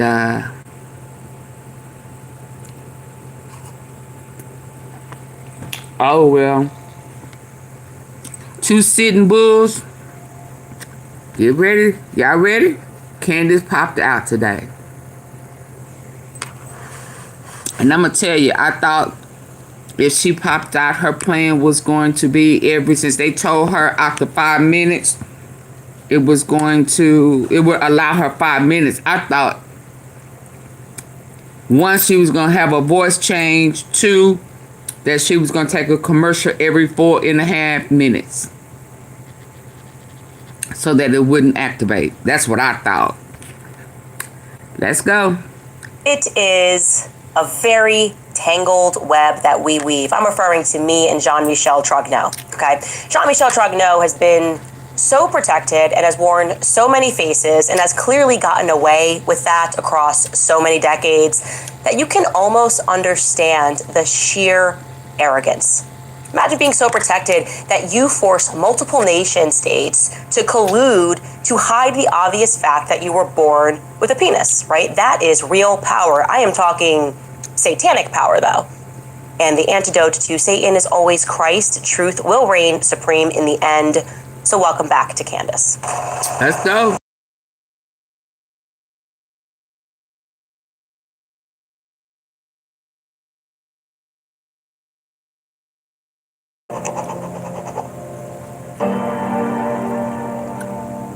Get comfortable, you guys, because it is going to be a long week. I have so many explosive revelations to share with you, and now it feels especially urgent, right? Don't you feel a sense of urgency right now? Mm-hmm. In the wake of me having learned that France apparently paid for my assassination and that the French Foreign Legion was apparently involved and on the ground at UVU on the day of Charlie Kirk's assassination. And we should probably begin there. Foremost, if you were one of the people online who believed for a single second that it was even a remote possibility that I simply made up a French assassination attempt heading into Thanksgiving week, I don't know, for like attention or something, I sat around and I said, I'm just not getting enough attention. How can I start a global conversation about me? And then I came up with this idea of creating fan fiction where I imagined myself as the victim of a multinational state plot to murder me. Yeah, if you thought that for a single second, that it was for funsies, because I'm not busy or anything, then you're just not sober, you're not paying attention to anything, and you need to wake up real fast. We're gonna move quickly through a lot of things this week because everyone in the world needs to wake up to how things actually work. LOL to the idea of Western democracy. LOL to the idea that you can win in life and that everything's basically you've set the stage for a meritocracy and you can get ahead. No, actually, as you learn things, you become a target. You become a target to people that operate in the shadows. And that is, I think, what we are all learning in the wake of the last couple of months, especially. Now, going back to November 25th, I obviously tweeted exactly what I was informed. Okay, I'm going to read that tweet to you in its entirety. Urgent. 2 days ago, I was contacted by a high-ranking employee of the French government. After determining this person's position and proximity to the French couple, I have deemed the information that they gave me to be credible enough to share publicly in the event that something happens. In short, this person claims the Macrons have executed upon and paid for my assassination. Yes, you read that correctly. More specifically, that the green light was given to a small team in the National Gendarmerie Intervention Group. I am told there is one Israeli that is on the assassination squad and that plans were formalized. Again, this person provided concrete proof that they are well placed within the French government apparatus. Further to this point, this person claims that Charlie Kirk's assassin trained with the French Legion 13th Brigade with multi-state involvement. Journalist Xavier Poussard's life is also at risk. This is deadly serious. The head of state of France apparently wants us both dead and has authorized professional units to carry this out. I ask that every person retweet and share this. I do not know who in the American government can be trusted since this source claims that our leaders are aware. But I have more specific information, which is definitively verifiable, should they care to reach out to me. And to the brave official in France who did this because they were so moved by the evil of Charlie's public execution to risk their own life, may God bless you truly, let all be revealed. Now, I got even more specific right? I said there was a paper trail that Macron allegedly paid $1.5 million. And I am saying allegedly because until I can physically see with my own eyes inside of these accounts and verify the transfer of that payment, it's of course alleged. The amount is alleged. 2 assassins were hired, one Israeli, one French-Canadian woman, okay, a man and a woman. And I also said that the money ran through the elite gentleman Club des Cent. Again, I was very specific. And I asserted that the French Foreign Legion, which was a legion and a group that I had never heard about prior to this notification, were involved in Charlie Kirk's assassination. Okay, I don't follow military stuff. So me even mentioning specific gendarmerie, you have to assume that I got this information from somebody.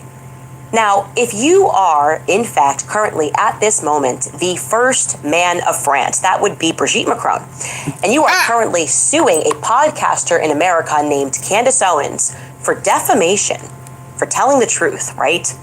And the story that you are trying to sell to the public is that you were really deep down in your heart, you really believe that you are a woman and Candace is just crazy and desperate for clicks and willing to defame you for money.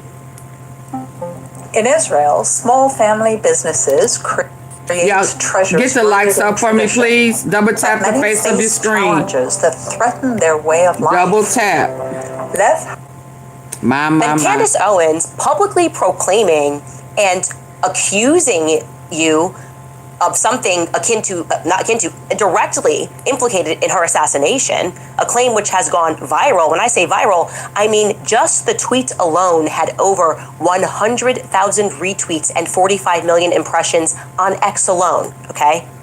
This would be your unique opportunity as the French first man to prove your case about Candace to the public, right? In the court of public opinion. This would be your time to slam dunk.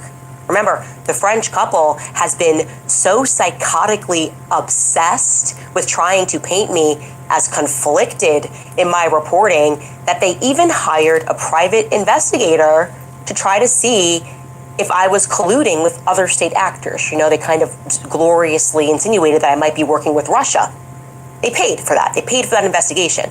So using that logic, wouldn't this be the opportunity, if you're the French couple, to come out and to prove your point, to make a stunning and a swift statement, right? We are shocked by the accusation. Of course, never in a million years. Oh, we told you guys, this is just for clicks, it's for money. This is beyond anything we've ever heard. I hope Candace gets well soon. That would be what I would say you should do if I'm advising you from a PR standpoint, right? In American basketball terms, this is like a flagrant foul and you now get some free throws, right? If you're the French couple.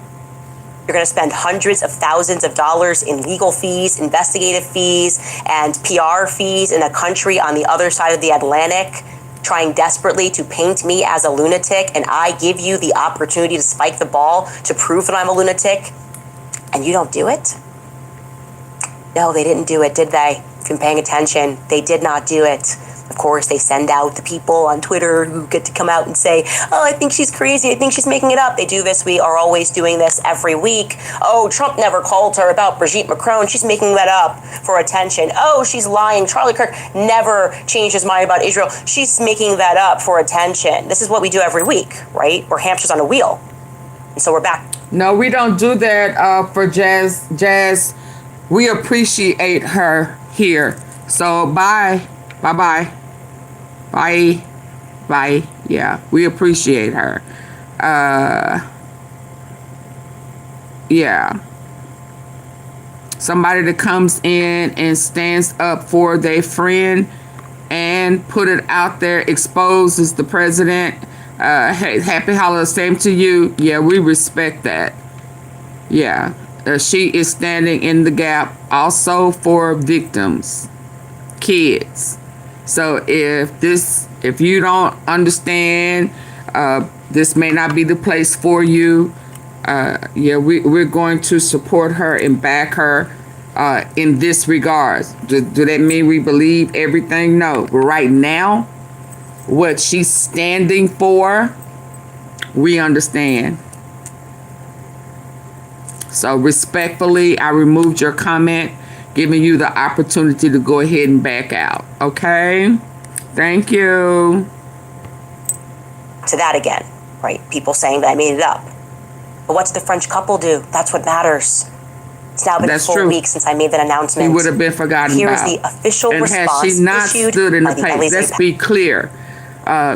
The details that we do have, we have because of her, not because of Kash Patel, not because of Turning Point USA, not because of Eric Trump, not because of Erica Kirk, not because of anybody but her. Yeah. Facts that she has brought, and then some narratives that she has debunked. And guess what? She didn't do it behind the scenes. She did it in front. You know, she put it on the table for everybody to see. So now I respect that. She's not lying. She's not funneling money. She's not dealing with the military, Qatar. She's not dealing with CIA. There's several snipers on the roof with military. She's not doing any of that. She's not the security that never, ever returned fire, that never even attempted to see if that was still a threat or not. She was not the one who carried him to the SUV and just sat there for a while because the other friend was sitting up there hiding and doing a selfie live. Yeah, no, we choose Candace. Yeah, we choose her, and appreciate that she's taking us along with her as she uncovers it. And then we pray for her because she was doing such a good job in connecting dots, and we love to connect dots over here. Yeah, we recognize connecting dots. She was doing such a great job at it that they sent out a hitman or two.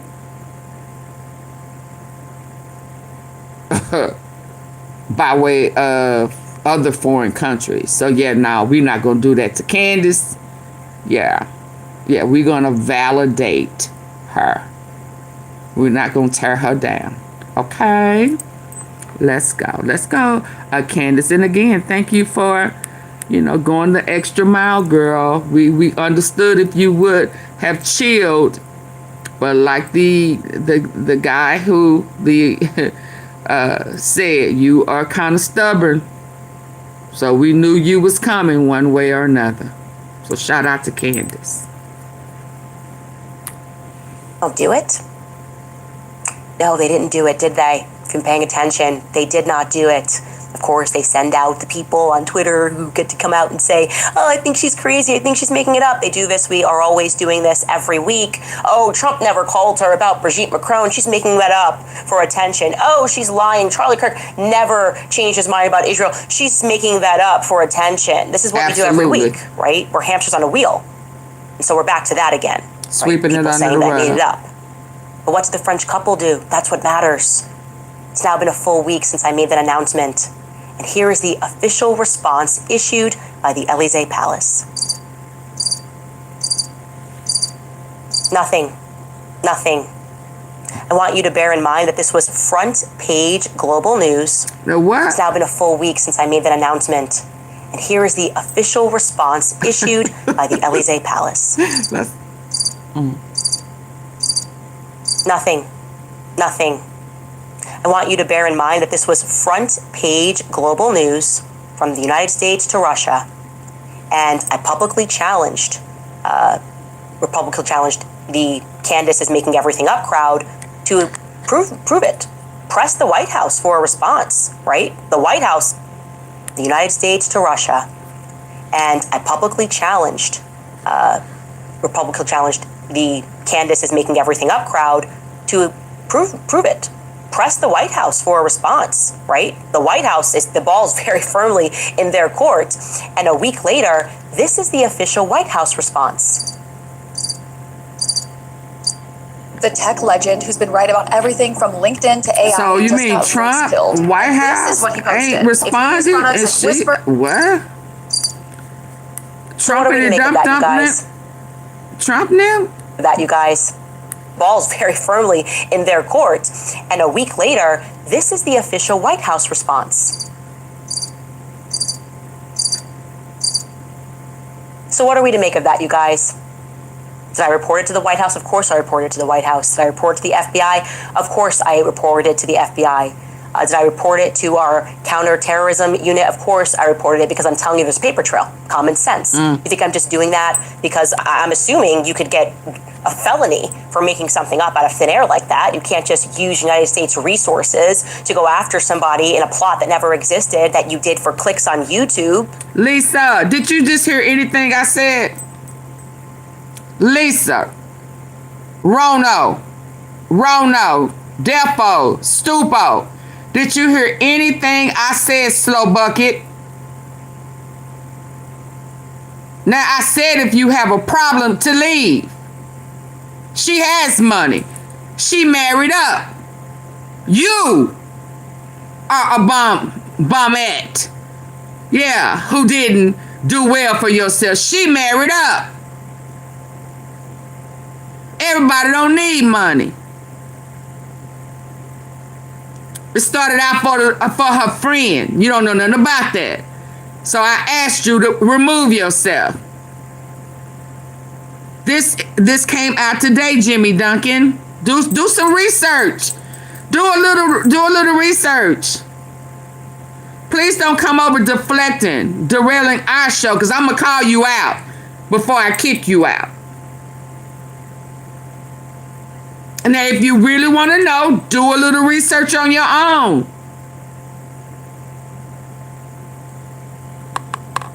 Yeah, you derailing. Now, next time, I'm permanently removing. So what's the issue here? Why is no one coming out and telling you a felony for making something up out of thin air like that? You can't just use United States resources to go after somebody in a plot that never existed that you did for clicks on YouTube. So what's the issue here? Why is no one coming out and telling you that? Because they are part of the plot. Baseless, especially the Charlie Kirk assassination. The whole world is invested in that assassination. Wouldn't you want to shut that down? The idea that it was a multinationally planned event. And by the way, is that on its face even plausible? Multiple agencies and multiple countries involved, from Egypt to Israel. People are saying that's totally crazy. That's a problem. No, it's the lone shooter who had never been on campus, who climbed the roofs like Spider-Man, happened to know where Charlie would be sitting and hit that shot in 4 seconds.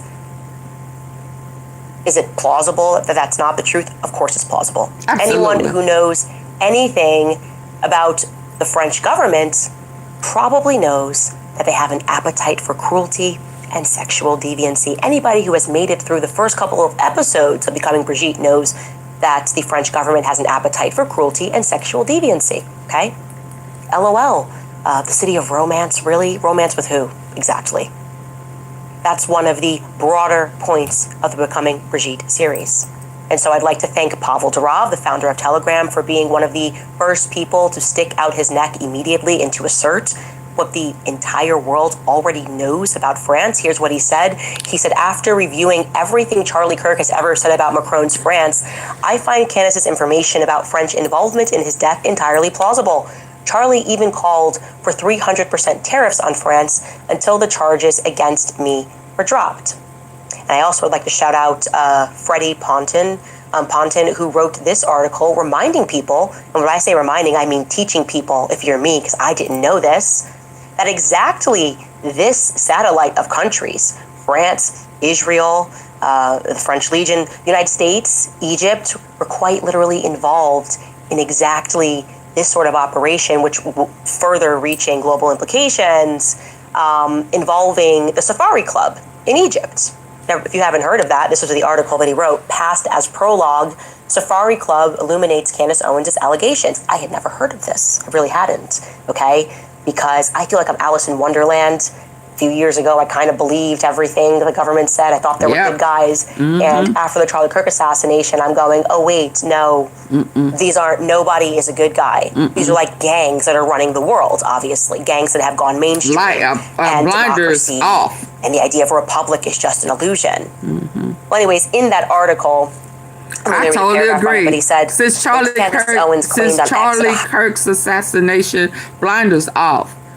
Being naive, no. Moving and walking and just floating around like la la land, like it is what it is. It's just a regular day. No. What you see is what you get. No. All the smoke on the mirror is being wiped away. Yeah. Well, what is the message behind the smoke? Yeah. Everything has changed since then. I totally agree. Walking around the way we used to? No. Believing in government? Oh, hell no. Hell no. No, these aren't, nobody is a good guy. These are like gangs that are running the world, obviously. Gangs that have gone mainstream. And democracy and the idea of a republic is just an illusion. Well, anyways, in that article, I'm only going to read a paragraph from it, but he said, when Candace Owens claimed on X that a high-ranking French government insider warned her of an imminent plot to have her assassinated, alleging that President Emmanuel Macron and his wife Brigitte had authorized and financed the operation, assigning it to a small national gendarmerie intervention group team that included an Israeli operative, she also suggested that Charlie Kirk's assassin trained the French Legion with multi-state involvement. The claim sounded like it belonged to the realm of conspiracy thrillers, and yet, as the allegation ricocheted across social media, something unusual happened. People did not instinctively laugh it off. Some dismissed it, yes, but many hesitated, paused, or quietly admitted that given the right circumstances, given the right network of covert actors, such a plot didn't feel entirely impossible. That hesitation doesn't come from trust in Owens, it comes from history. And sure enough, and I'm just pulling up the Wikipedia page here, you should go read that article in its entirety, but the Safari Club, man, covert alliance of intelligence services formed in 1976 that ran operations around Africa when the United States Congress had limited the power of the CIA after years of abuses. They decided to kind of go overseas to handle business. They had members in pre-revolutionary Iran, Egypt, Saudi Arabia, Morocco, and France. Israel's involved, Rhodesia, South Africa. I mean, it tells you there that the processes then results in the 1979 Egypt-Israel peace treaty. Peace. Okay, cool. Like I said, read more about that. Now, in terms of formal replies that we received from government structures, the only department that we did hear back, well, first let me say, I did not at all hear back from the FBI on the American side. Okay, I did hear back from the counterterrorism. Somebody mentioned earlier that they would be pissed off if to know that Kash Patel made no attempt. He flying on the U.S. Plane, jet, or whatever it was, on our dime. He using our Secret Service for his personal use for his girlfriend, country singer. Cause I guess she's a star. I guess I don't know. Yeah, she's a rhinestone cowgirl. Yeah, her. Yeah, he did nothing. Just like he didn't do anything, not anything, anything. Yeah, thing. Yeah, you have to put your head to the side. Thing for Charlie Kirk. Okay? Nothing.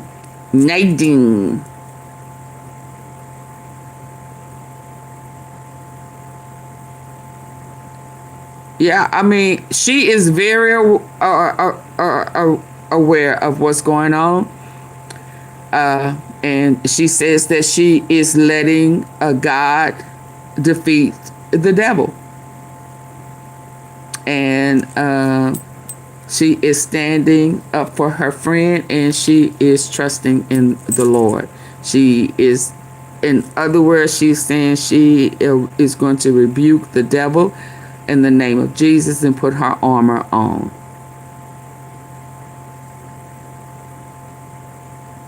Yeah. It's pretty much what she's saying. Yeah, yea, do you walk through the valley of the shadow of death, I will fear no evil. Y'all remember that? I mean, we can say what we want to say about Candace Owens, and I have said it before. I never looked at her, would have never gave her an ounce of respect in her views. But when I tell you, all I hear is when the word says of the renewing of the mind, and she has a renewed mind, and she is standing up for God and His word and His righteousness, and she is standing in the gap for her friend. I have said it once. I have said it on several occasions. We should all pray and desire and wish to have a friend, even that have 70% of Candace in them, that would sacrifice their life for themselves and their friends.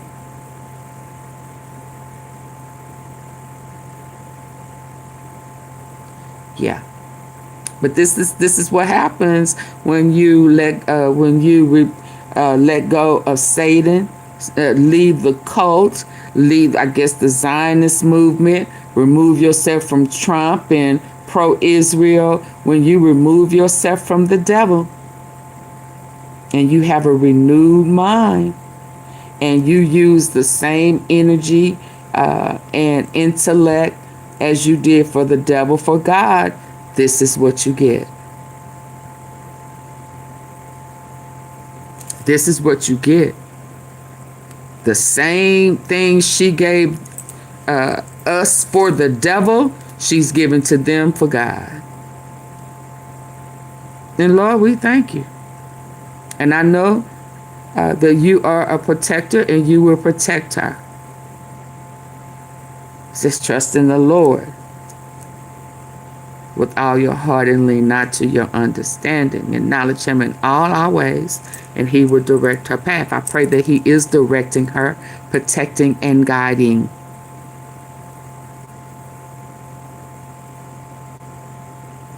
She knows what's at stake. If she do have a husband, I don't know him. Yeah, and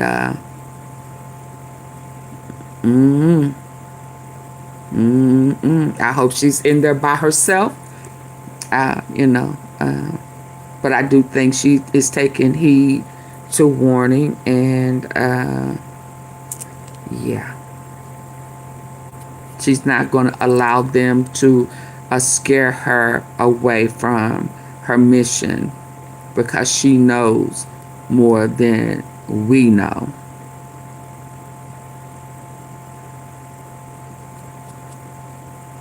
Yeah, I mean, there's a way to say he found out too late.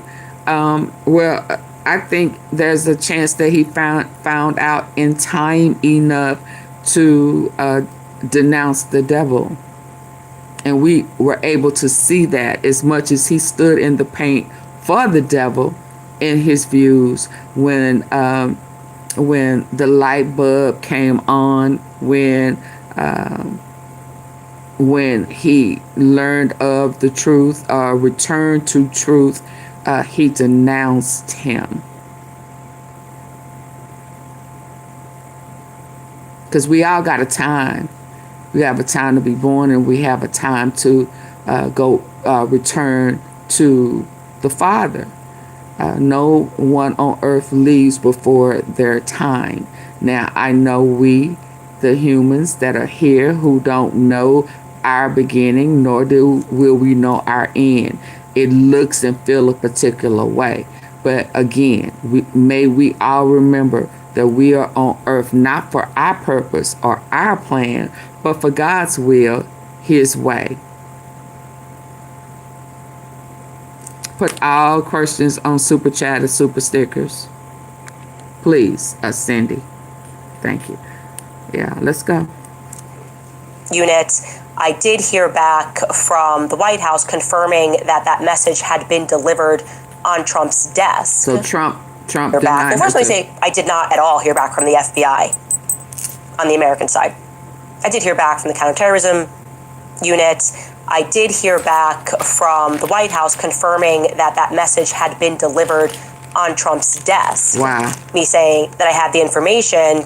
I guess he didn't want to inquire further, which is interesting. But the FBI left me on red. And I will say I didn't go through an official channel and send an email, and I should do that. But I did send a text message to somebody very high up who received the text message. Well, hold your questions then when you can now, support the platform. thought that the claim From my research of the French Foreign Legion being involved in Charlie's assassination, I thought the FBI might be interested. No phone calls even from Utah's FBI branch have come into me either. Wouldn't you want to see? Hold on. I did hear back from the counterterrorism unit. I did hear back from the White House confirming that that message had been hear back. Well, first let me say I did not at all hear back from the FBI on the American side. I did hear back from the counterterrorism unit. I did hear back from the White House confirming that that message had been delivered on Trump's desk. Me saying that I had the information. I guess he didn't want to inquire further, which is interesting. But the FBI left me on red. And I will say I didn't go through an official channel and send an email, and I should do that. But I did send a text message to somebody very high up who received the text. Cindy, Precious, did you not hear me? Cindy, did you not hear me say put it on the super chat, a super sticker? You said that you didn't, you know, you was broke, and I said, okay, well, ask the questions when you're able to contribute to the platform. Yeah. You know, you want me to do research for you, but you don't want to support. That's not how that works. I'll answer one or two, but you keep coming back and keep coming back and keep coming back. Support my platform. Okay? Like, share, subscribe, join a membership. I mean, you know, do something. Instead of wanting my responses. Come on now. Come back tomorrow when you have some money. Okay? Come back. I don't like how you moving. I don't like how you moving. Text message, no response. Now, I thought that the claim of the French Foreign Legion being involved in Charlie left me on red. And I will say I didn't go through an official channel and send an email, and I should do that. But I did send a text message to somebody very high up who received the text message. No response. Now, I thought that the claim of the French Foreign Legion being involved in Charlie's assassination, I thought the FBI might be interested. No phone calls even from Utah's FBI branch have come into me either. Wouldn't you want to see? Aren't we supposed to be investigating the Charlie Kirk assassination? It was totally not a state operation, and they really want to get to the truth, which explains why nobody called. No, Utah, not interested. I'm actually surprised Tyler Robinson's lawyer hasn't reached out to me. What's going on here? If you have SNAP or Medicaid, you may qualify for a free iPhone or Samsung, plus up to 10 gigabytes of data. Ooh, we've got to protect the patsy, right? We've got to protect the patsy in this situation. It reached out to me. What's going on here? We've got to protect the patsy, right? We've got to protect the patsy in this situation. No, Utah, not interested. I'm actually surprised Tyler Robinson's lawyer hasn't reached out to me. She said that. What's going on here? We've got to protect the patsy, right? We've got to protect the patsy in this situation. Regarding the only official that we did receive any sort of a public response from, it reads to me like a confession. Let me know if you agree. Oh, Lord. So I pointed out that interestingly enough, after I began researching the French Legion, I very quickly stumbled upon the fact that they were also involved in a joint operation with American troops in the exact weeks leading up to Charlie's assassination.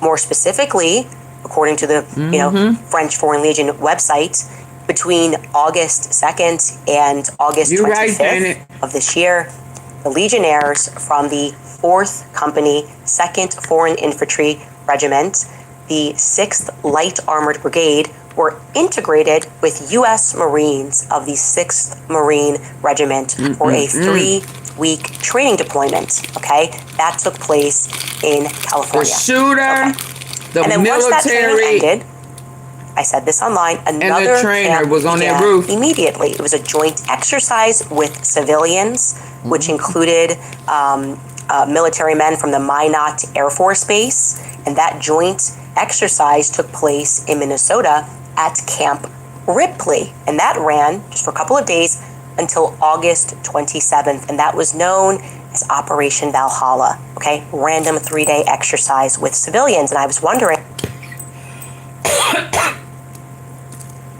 the same see you in Valhalla that Patel said. Wait, what? Just for a couple of days until August 27th, and that was known as Operation Valhalla. Okay, random 3-day exercise with civilians, and I was wondering if the French Legionnaires that were in California maybe jumped right into activities going on with these civilians at Camp Ripley.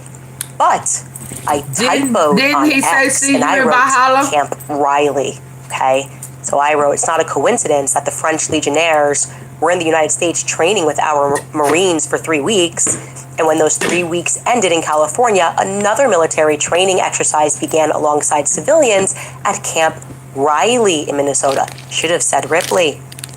Now, you will recall, for those of you who are following the Becoming Brigitte series, that the preferred Macron response is to never address the substance of the claims, but to instead focus on minor details that somebody may get wrong. That's how they've gone after every journalist who has covered the fact that Brigitte Macron was born a male, right? Oopsies, you messed up on this one detail, and now we're going to sue you for defamation. But not, of course, the substance, which is like, hey, you lived as a man for a very long time, and the military won't release your file, and we don't know what you were doing in the military, as Jean-Michel Trogneau. So me making a spelling error was the perfect way for them to attack the broader story, right? The larger story here being, hey, the French Legionnaires might have been on the ground during Charlie Kirk's assassination. So what happened is the Minister of the Armed Forces issued the following statement in France, and I'm going to quote this for you. Quote, Tyler Robinson was never part of the French Foreign Legion. If he did not serve in an American military unit, he could not have trained with the French Foreign Legion. End quote. Well, that's quite a way to dance around things. And Charlie Kirk says, I see what you did there.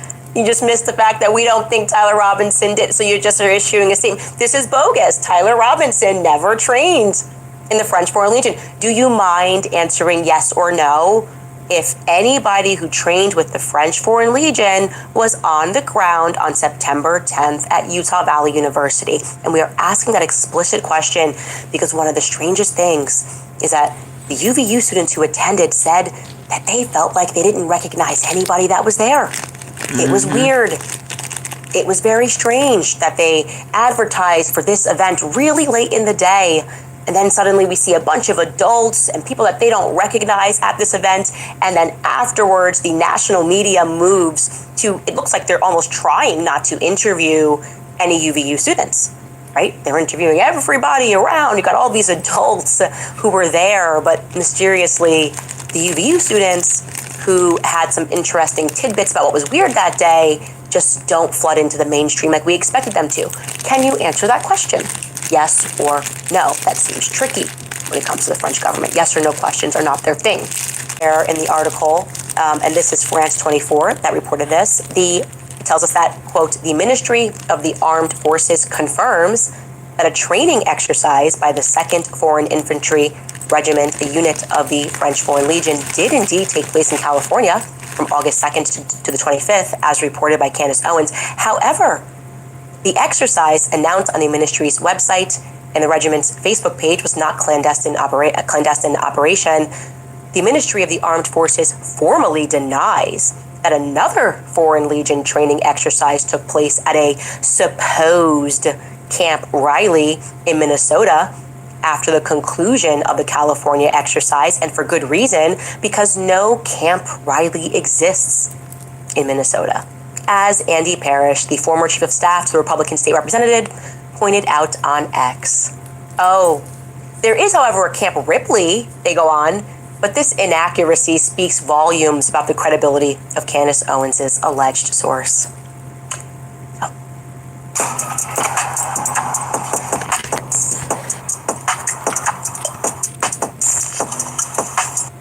That's how they're debunking it. Okay, so we're going to pause for a minute or 2 or 3 for y'all to double tap the face of your screen if you're using your phone device to listen in for the tea.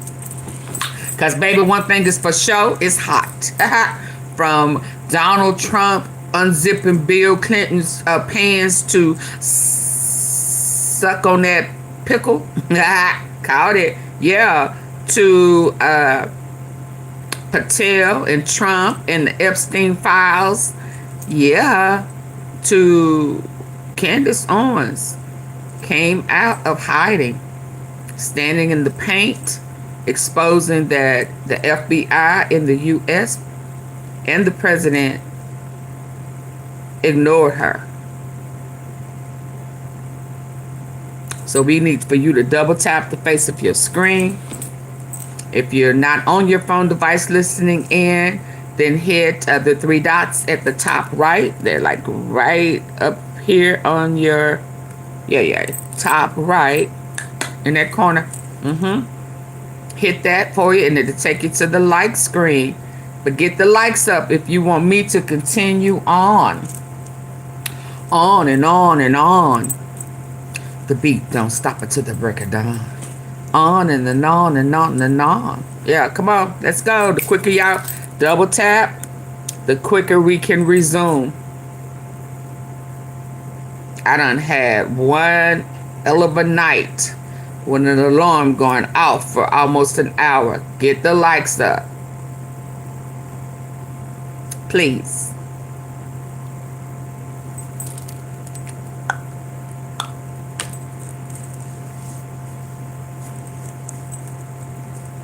Come on, y'all. Just double tap. It's free. It don't cost nothing. You just touching your phone. I'm not doing it the thing. Nothing comes to me when you tap. You know, I'm not tapping into something. I'm not intelligent. Well, I am intelligent, but I'm not like the CIA. So just double tap. Come on. So we can come on. Because there's a lot of y'all in here coming and going. But y'all not hitting the like button. But y'all asking a lot of questions. You know what I mean? What you asking me for if you don't want to hit the like button? I separated the pickle thing, the pickle gate. So there's already a upload. A clip of that, so I separated it. So if you missed it, just go and check that out. I'm over here working behind the scenes for you, and y'all still taking advantage of the like button with me. So when I shut it down, don't be mad at me. Be mad at yourself, okay? A typo. I put Riley, not Ripley, and they can now confirm that the French Legion did not take part in any exercise at Camp Riley because it doesn't exist, and Candace Owens is stupid, and so now you should just assume that everything else source said is debunked. This is what you call a non-debunking debunk, a Snopes level debunking over a typo, okay? And I guess my other allegations should not be answered or even explored. Now, I should mention also that after that civilian military exercise ended, Okay, so Sylvia, news flash. I know she married a white guy, but guess what? He really black. Everybody come from the Queen Mother.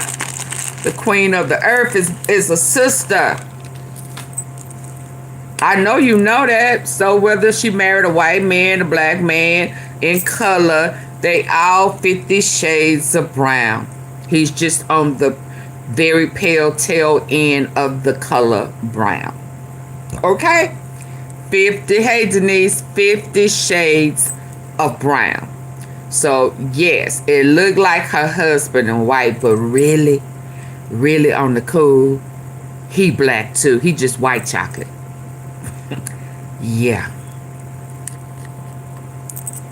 Ended at Camp Ripley on the 27th. Another joint military operation began from August 29th through to September 10th, the day that Charlie was shot.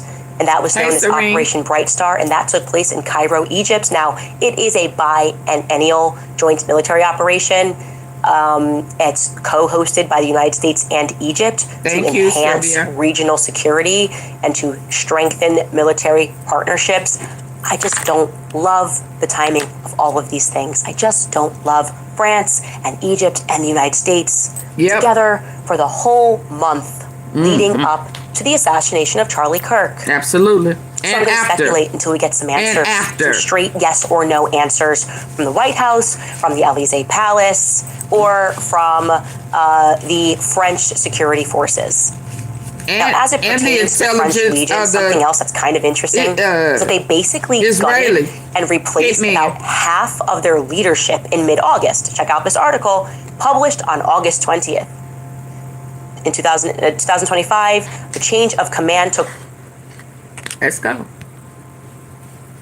place across 6 regiments. Now, we researched, and look, I'm not a military buff, we found that they have 12 regiments that are known of, and you're telling me that they gutted leadership of 6? They put in 6 new commanders? Again, I just don't love the timing of all of this. Initially, the idea of French involvement in Charlie's assassination would not have been on my radar.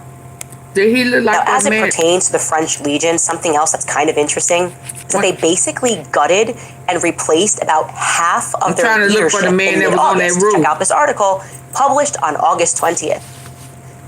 In 2025, a change of command took place across 6 regiments. Now, we researched, and look, I'm not a military buff, we found that they have 12 regiments that are known of, and you're telling me that they gutted leadership of 6? They put in 6 new commanders? Again, I just don't love the timing of all of this. Initially, the idea of French involvement in Charlie's assassination would not have been on my radar, okay? Having them at UVU would not have been on my radar at all until we learned about that weird hangar lease in Delaware when we were trying to track the Egyptian plane, SUBCRIBE, our yellow plane. I told y'all it was the planes. On the morning of Charlie Kirk's assassination from Provo, went over to Wilmington, Delaware. We learned that regarding that hangar, Satis, which is a French company, injected $1.5 million ostensibly to paint planes, okay, in Wilmington, Delaware. A lease that is way too short for that, whatever. And they sign off on that the very week that I get sent this cease and desist, despite the fact that I hadn't been speaking about Brigitte. It was just weird, coincidental. Thank you for the Sundays. It could be a coincidence. But I'm going to now test your resolve at home regarding French coincidences, because for me, it's a little too much, is what I'll say. Yeah, okay? I don't believe in coincidences. So we learned from a source that a foreign dignitary was escorted, right, from that hangar to 920 North King Street in Wilmington, Delaware, a place that we learned and confirmed had 3 federal agencies working together in one building. The internet can try to debunk that. They can't. Okay, the feds are not going to debunk that because it's true. And then we learned that it is also a place which houses the attorneys that are filing my paperwork in the Brigitte lawsuit. I explained this. Delaware has a particular legal stipulation that even if you have your own lawyers, you have to find lawyers that will file the paperwork in your lawsuit, okay? The rules on that vary state by state. We then learned that Brigitte's lawyers in my lawsuit are directly across the street from that firm. Okay, confirmed. We're just warming up though, because the person that leaks that information about the dignitary being escorted, remember, that person never insinuated that the dignitary was French. But then, after people on the internet pretended that he or she was lying about that information, they decided to conduct further investigation. They watched the episode, and a light bulb goes off in their head because we're talking about Satis being French owned, and the person decided to follow up and explain to us that France has effectively been running the streets in Wilmington, Delaware since like before the Revolutionary War. Okay? Let's just start with a very basic history recap from this person's email. It all checks out. We don't need to get too deep in here regarding Wilmington, Delaware. My energy bill dropped from $150 to $50 by doing this. My friends laughed at me when I spent $49 on a power saver device. Partners, the foreign deals, whatever. He or she writes a short version of the history, which is... Hold on. It always seemed like they have a hub. So Delaware is the Macron's hub where they traffic from the United States to where they operate out of in their foreign country. Just like once Egypt, Qatar signed on with Trump, he is building a Air Force base in Idaho. That's going to be their hub. So when she tapped into the Macrons in Delaware, they operating out of Delaware. Now she's been advised that they have been pretty much running it on the cool, which is why they came to Delaware to file a defamation lawsuit against her. Yeah. That's where they negotiated that at and signed a 2-year contract. That's where they are trafficking out of, which is probably, I don't know, where her husband came from. Starting, remember, we got to pick back up on that. He didn't appear. There's no trace of him before 10 years old. So that's probably when he was trafficked.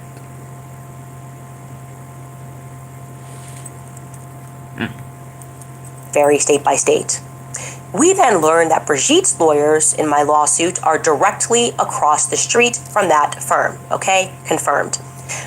We're just warming up though, because the person that leaks that information about the dignitary being escorted, remember, that person never insinuated that the dignitary was French. But then, after people on the internet pretended that he or she was lying about that information, they decided to conduct further investigation. They watched the episode, and a light bulb goes off in their head because we're talking about Satis being French owned, and the person decided to follow up and explain to us that France has effectively been running the streets in Wilmington, Delaware since like before the Revolutionary War. Okay? Let's just start with a very basic history recap from this person's email. It all checks out. We don't need to get too deep in here regarding Wilmington, Delaware. He or she writes a short version of the history, which is all verifiable, is that North French Street is actually the northern stretch of the original French Street. Wilmington laid out the original French streets in the early 1700s as Willing Street in Thomas Willing's grave. In the 1790s, a large cluster of French-speaking refugees, many of which were fleeing Haiti and the French revolutions, settled along it, and the nickname French Street took over. This street ran all the way from the Christina River up through town and became a main hub for travel and business. Wilmington is more French than people would initially assume, and it's easy to see this once you look at its history. The north tag of North French Street is a later addressing convention for blocks north of downtown. So that's just a backup there, okay? Now, again, we're going to have to go through this class very quickly. America, the whole idea of what we learn in class about, you know, the Revolutionary War, and we were fighting because, we didn't, the monarchy, okay. England was not even under a monarchy at that time, okay? And also, I have learned in recent years that really the whole history of America is like warring factions of Freemasons. That's the reality. Warring factions of Freemasons competing for American territory. Now we're going to get into the substance of his email. He begins with something that is speculation that I'm not going to get too deep into, but essentially he says that across from 920 King, there is a red crane, and he's able to confirm that the French are absolutely involved in this somehow. I found direct U.S.-French alignment near 920 North King Street using structural aviation markers, financial lineage, corporate fronts, and historical French corridors. Now, he shows us that, this is across from 920 North King, and it starts with a huge construction site. There's a huge construction site right across from there, and there's a long red crane that he points out. I'm going to show you that crane right now, because this person sent videos, because LOL to anybody who thought that we were being, that actually, I love it because it pissed him off. And now he's really on the ground here. You can see that crane up there. And that's just a reference point to what he's speaking about so that you can follow along here. That crane is 920 North King Street using structural aviation markers, financial lineage, corporate fronts, and historical French corridors. Now, he shows us that, this is across from 920 North King, and it starts with a huge construction site. There's a huge construction site right across from there, and there's a long red crane that he points out. I'm going to show you that crane right now, because this person sent videos, because LOL to anybody who thought that we were being, that actually, I love it because it pissed him off. And now he's really on the ground here. You can see that crane up there. And that's just a reference point to what he's speaking about so that you can follow along here. That crane is situated on 1100 North King Street. Let's bring up the map here so you can see what's going on here, okay? 250 years ago, a promise was made. How we deliver has changed, but our purpose hasn't. It's the peace of mind knowing your love arrived.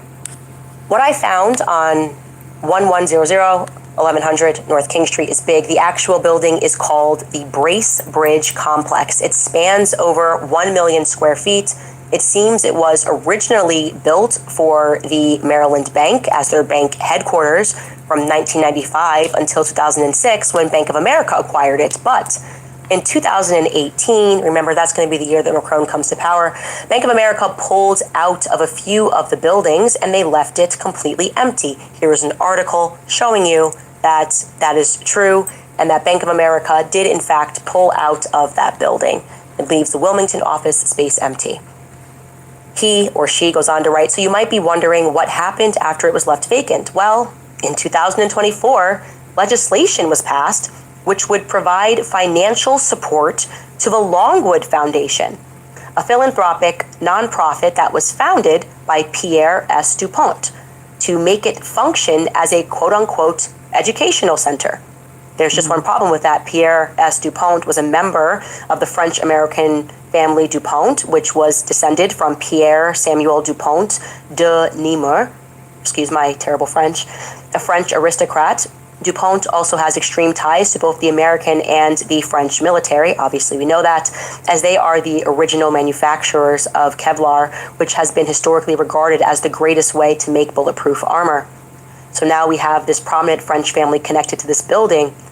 I think you're right to keep looking at French. People even shared concerns about what was actually happening at that building.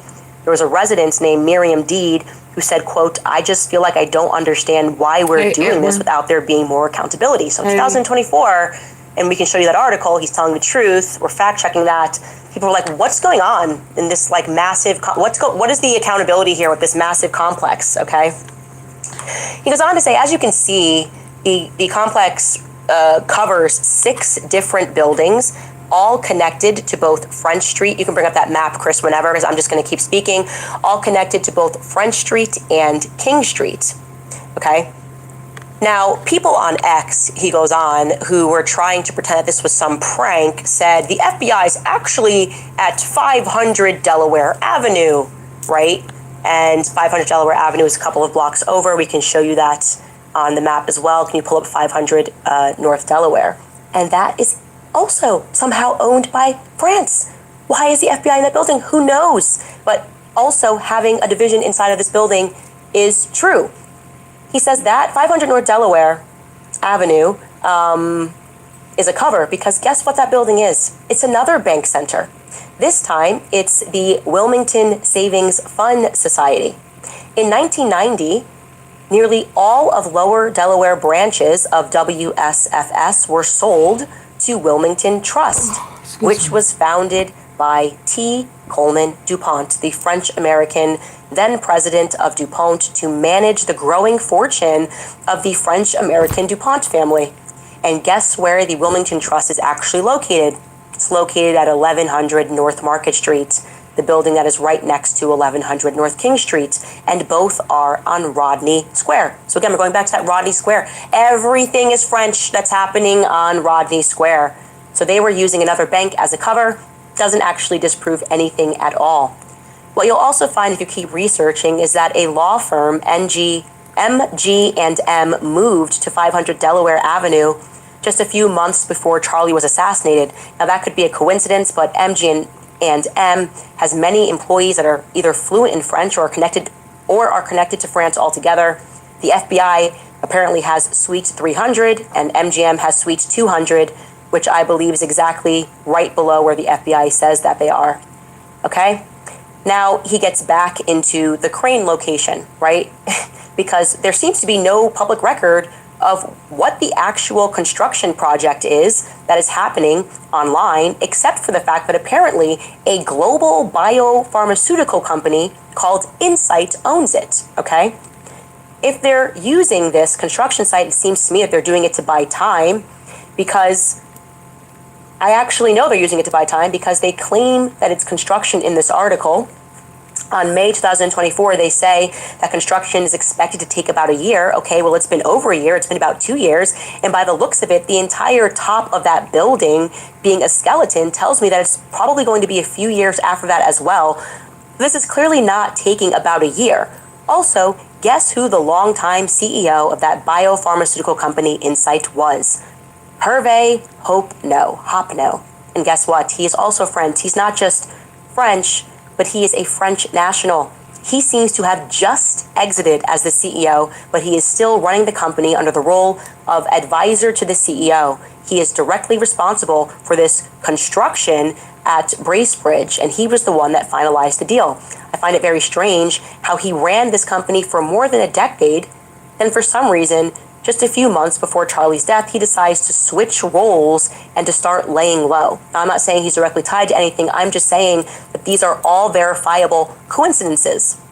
Insight, that's the biopharmaceutical company that he runs, is also plugged directly into the federal medical supply chains, which include our VA systems that interface with military healthcare infrastructure. Okay. So, to pull us all together, we have an entire French street that is connected to 920 North King Street, the aircraft hangar and its company Satis, which is French-aligned, connected to 920 North King Street, DuPont, the French-aligned, connected to 1100 North King Street, the biopharmaceutical company Insight, which is also French-aligned, connected to 1100 North King Street, DuPont, which is connected to 1100 North Market Street, and then we have 1100 North King Street itself, which is connected to 920 North King Street. And we have my lawyers and we have Brigitte lawyers. I am not loving this, okay?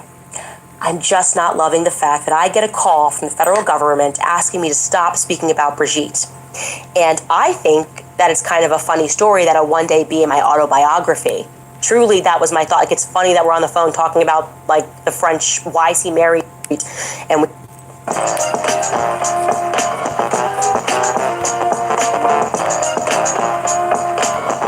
we have my lawyers and we have Brigitte lawyers. I am not loving this, okay? I'm just not loving the fact that I get a call from the federal government asking me to stop speaking about Brigitte. And I think that it's kind of a funny story that'll one day be in my autobiography. truly, that was my thought. Like, it's funny that we're on the phone talking about, like, the French, why is he married to somebody born a male? And I clearly was not thinking that there was maybe sort of an implicit threat involved here, like literally just stop speaking about her. And I really do wish, going back, that they had tried honesty, right? They had said, hey, Brigitte might be an asset to the Mossad, which is what we had received a tip regarding, that we were working on, confirming during Becoming Brigitte season 2. I wish they had been more explicit and said, we really actually need you to shut up about this forever. I probably would have done it if they were just honest and said it's a national security issue. But instead they went with Emmanuel Macron's feelings are hurt, which I thought was LOL funny, and obviously wanted to continue to speak about this. I don't even know what to make of this other than, and you can tell me if you agree, I feel like I was set up by the federal government in terms of this lawsuit. Like, this wasn't just Brigitte and Emmanuel sitting down making a mistake by filing this national lawsuit, but rather federal agencies which may have been colluding and speaking to one another about how to put an end to my research into who Brigitte was, because all of these governments are implicated, and by all of them, I mean France, the United States, and Israel, implicated in whatever the hell Jean-Michel Trogneau was up to during the missing years of his life when he was in the military and, on its surface, in America.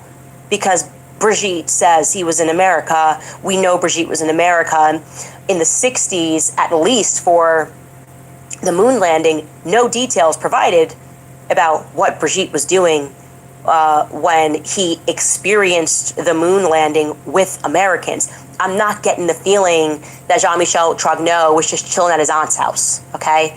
That was a psychological operation. I'm pretty convinced that Brigitte Macron has been involved on the basis of my lawsuit and the mentioning of MKUltra 18 times, absurdly, in my lawsuit, even though all we said was, hey, Brigitte's fake birthday happens to be the same day as the MKUltra program. I'm thinking there might be something there. Like, Brigitte is involved in the military file. Jean-Michel Trogneau is involved in psychological operations, okay? And I should also mention to you that the second largest shareholder for Satis is Israel. Yeah, it's an Israeli firm based in Tel Aviv called ACE Partners. They are explicit. They only invest in companies and organizations that benefit Israel. That's like on their website. This is why we exist. Our mission with ACE is clear: to identify, invest in, and support the most promising startups that will shape the future of aerospace and defense technology, so it's military. And we focus predominantly on companies in their Series A and B funding rounds across aerospace and defense verticals. Our investments are global with a specific focus on Israel. So I'm not being anti-Semitic. That's what ACE Partners does. They are the second largest shareholder to Satis. Why is Israel interested in this hangar in Wilmington, Delaware? You guys? And in case you don't think that we've really hit peak, what the hell is going on? Literally, what from the gates of hell is Brigitte Macron, okay? In case you're not there yet, let me tell you that just to make myself feel good, I said, let me just confirm where Brigitte Macron was on 9/10. That feels like a very easy thing to do. Like, yeah, this is the first lady, man of France. It's a pretty busy season everywhere. We're talking early September. It's back to school. There's a lot going on. And I was very comforted to see that Brigitte Macron had opened Paris Design Week. Makes sense, right? Opened Paris Design Week on, I believe, September 4th. Very public, gets kind of photographed with the culture, the Ministry of Culture lady, right? The head of their Ministry of Culture and actual lady. And then Brigitte Macron gets photographed on 9/4 with Zelensky. Zelensky's coming in for a big interstate meeting. And Brigitte Macron sees to it that he's also photographed with Saudi Arabia at some orchestra that Saudi Arabia is putting on. And what's interesting is that it's daytime when that photograph happens. And And after that, Brigitte just falls off a cliff for 6 days. Brigitte's just gone for 6 days. And I would really like to know where Brigitte Macron was at for those 6 days, okay? I need to confirm that. I need internet sleuths like you have never seen before. Where was Brigitte Macron on the dates that Egyptian plane was from 9/4 through to 9/11? Where was Brigitte Macron? I would just like to know. I need to know where Brigitte Macron was, and I think an answer to that question is due. It would just comfort me to know. So I'm asking you guys for help determining the answer to that. I could go on, by the way. Wilmington, Delaware, also being the hub for MK Ultra is especially sweet. The email that we got that it's also the hub for transgenderism in America. Like, who knew that? I certainly didn't. Our first ever trans congressman, you guys, guess where? Wilmington, Delaware, that congressional district. A bunch of trans surgeries for children, drag time story hour. Like, they're kind of leading America in the trans stuff. I could go on and on and on about what goes on in Wilmington, Delaware, but I think that's probably enough for right now. So let's take a brief break and we'll come back. All right, you guys, when they double down on abortion, we have to double down on supporting life. Through our partnership with Preborn, we can help save babies and support mothers that are in need. Because every day, Preborn's clinics rescue hundreds of babies, because when a mother sees her baby on an ultrasound and hears that tiny heartbeat, her chance of choosing life doubles. And now, thanks to a generous match, your gift will also be doubled. That means twice as many ultrasounds, twice as many lives saved, and twice as many mothers that are given hope, with diapers, car seats, counseling, and care for up to 2 years. So if you've heard about Preborn before and have not yet taken action, there is no better time than right now. Their work is some of the most important work to help heal our country. One ultrasound is just $28, but you can obviously give 10 times that amount if you're capable of that. Head to preborn.com/Candace to give today. That's preborn.com/Candace. Also, I'm excited to share with you guys C15 from the company Fatty 15. That is the first emerging essential fatty acid to be discovered in more than 90 years. It's an incredible scientific breakthrough to support our long-term health, wellness, and health aging. Based on over 100 studies, we now know that C15 strengthens our cells, and it's a key healthy aging nutrient, which helps slow biological aging at the cellular level. When our cells do not have enough of C15, they become fragile and they age faster. Well, thankfully, Fatty 15 repairs age-related damage to cells, protects them from future breakdown, and it activates pathways in the body that help regulate our sleep, our cognitive health, and natural repair mechanisms. Fatty 15 is science-backed, it's award-winning, it's patented, 100% pure C15 supplement. It's free of flavors, allergens, preservatives, and it's also vegan-friendly. Fatty 15 has 3 times more cellular benefits than omega-3 or fish oil. It comes in gorgeous reusable glass bamboo jars, and refills are shipped directly to your front door. Fatty 15 is on a mission to optimize your C15 levels to help support your long-term health and wellness, especially as you age. You can get additional 15% off their 90-day subscription, their starter kit, by going to fatty15.com/Candace and using code Candace at checkout. Again, that's fatty15.com/Candace and use promo code Candace at checkout. I mean, I actually decided I am going to read this because we're just going in, and this is another tip not related to the person whose email that I just read that made me aware that Wilmington, Delaware is very French. This person writes to me, hey, you should also know that the area is transgendered central. There are 5 different Nemo children hospital centers nearby. Yes, they perform transgender surgeries, and or yes, they do transgender rather. A Nemo chance of choosing life. Hi, Bella. The Subaru Share the Love event is proud to donate millions of dollars to charity. Doubles. And now, thanks to a generous match, your gift will also be doubled. That means twice as many ultrasound.com/Candace. Also, I'm excited to share with you guys C15 from the company Fatty 15. That is the repairs age-related damage to cells, protects them from future breakdown, and active. That made me aware that Wilmington, Delaware is just very French. This person .com/Candace and use promo code Candace at checkout. I mean, I actually decided I am going to read this because we're just going in, and this is another tip not related to the person whose email that I just read that made me aware that Wilmington, Delaware is just very French. This person writes to me, hey, you should also know that area is transgendered central. There are 5 different Nemo children hospital centers nearby. Yes, they perform transgender surgeries, or yes, they do transgender rather. Nemours Children's Hospitals are named for Nemours, France, the home of the DuPont family. Hotel DuPont is obviously walking distance from 920 King. First and Central Presbyterian Church is an LGBTQ church that is across from that hotel. Cab Calloway School, it's a short 10-minute drive, and this is where our transgendered Congressman McBride graduated from. Theater is a 5-minute walk. They feature transgendered productions with a drag show at least every month. The Queen is an 8-minute walk. They are advertising Disney drag brunches. 20 minutes back toward the airport, you will find a multitude of plastic surgeons. That would make sense when they said that some of the people that were a part of her assassination team were already in the country. Rickney in Delaware. And then they list them. Wilmington University is nearby, where they offer LGBTQ programs for kids, and Transition Delaware LLC, which offers counseling and etc., has 2 locations, and then they list them. So it's a lot of transgenderism happening in that area, which is of interest to me. I just started a poll, by the way. Absolutely. Live on YouTube.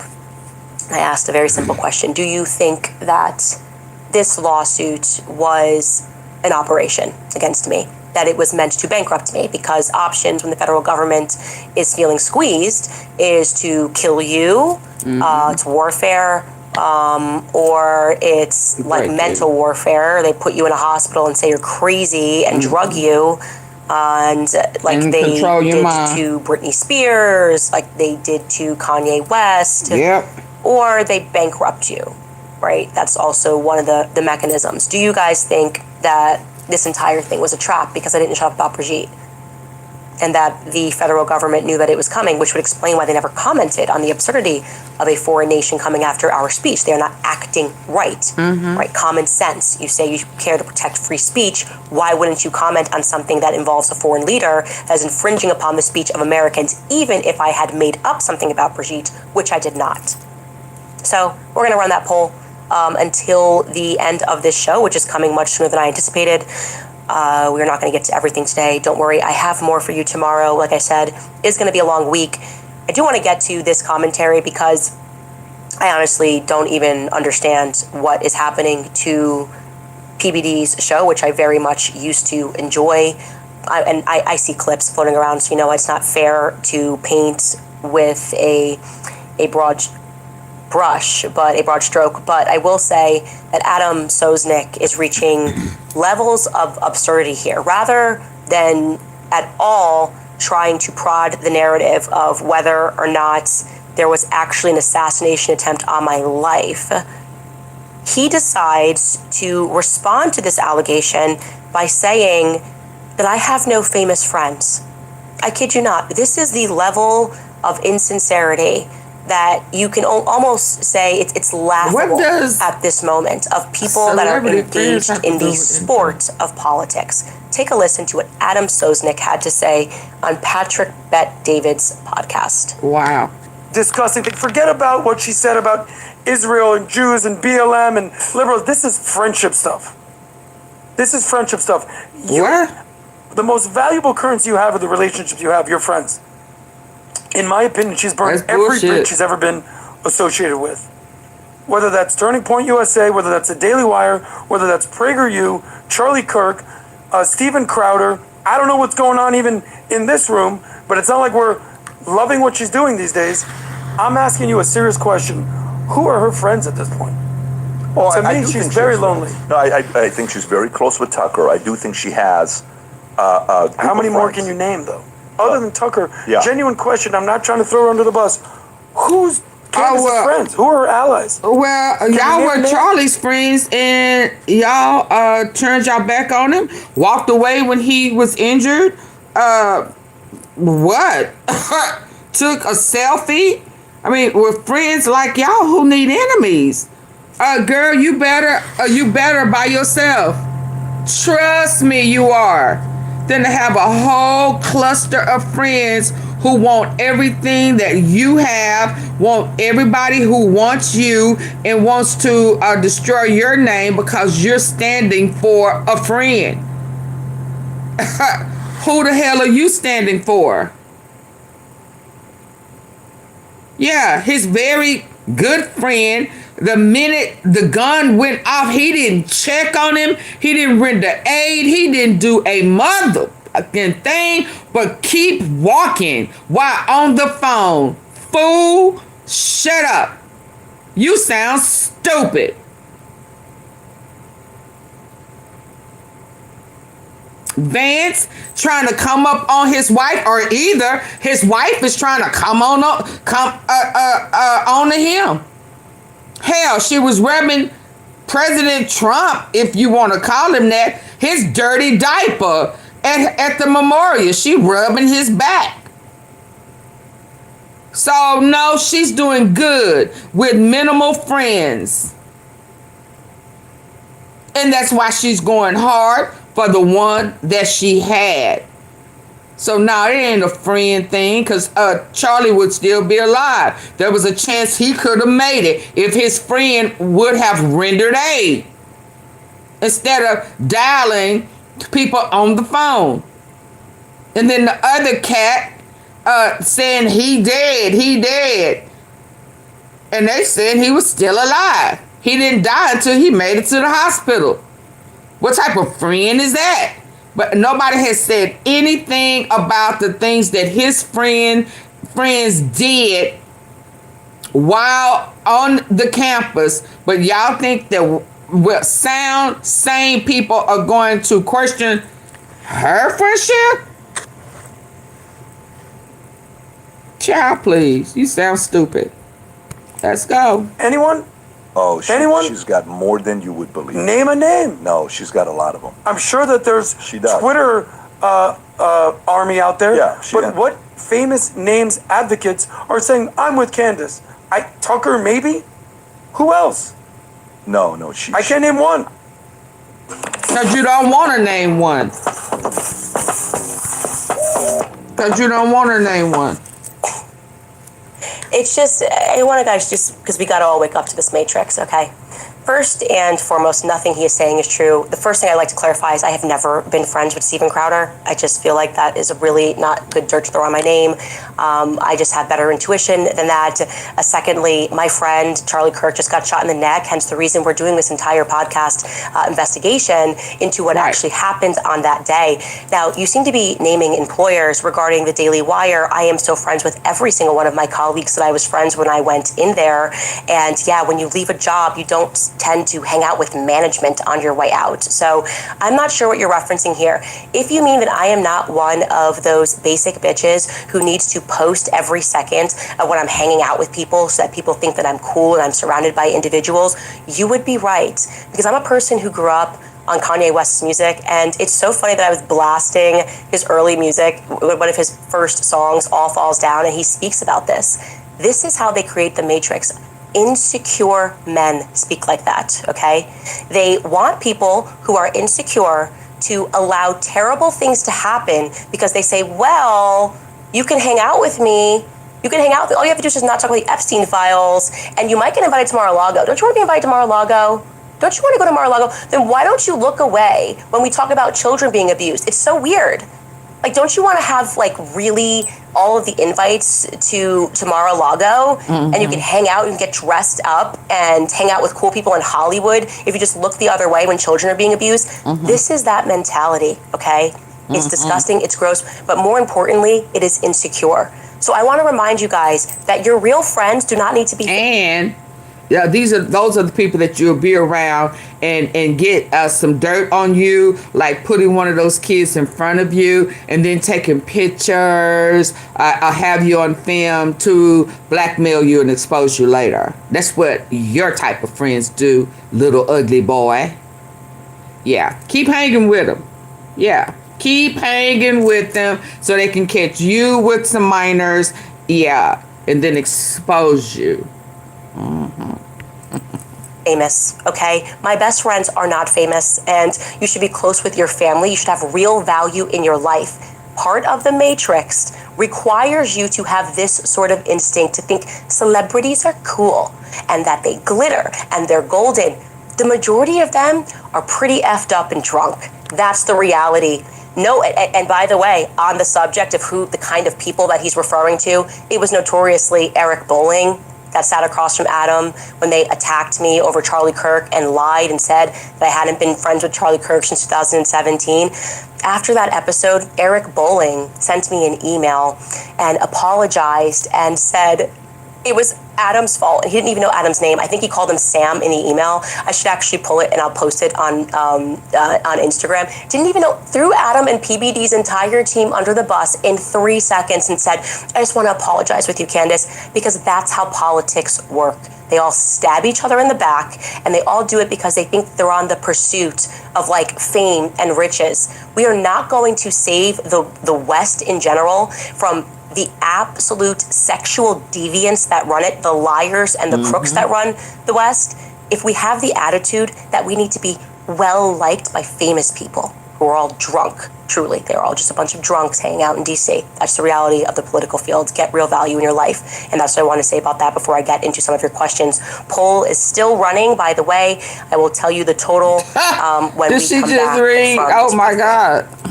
All right, you guys, I want to remind you about Pure Talk. In all the time that I have been endorsing my wireless company, Pure Talk, I've never not alone. Most Americans are putting these expenses on credit cards, and credit card rates are insane. Owens.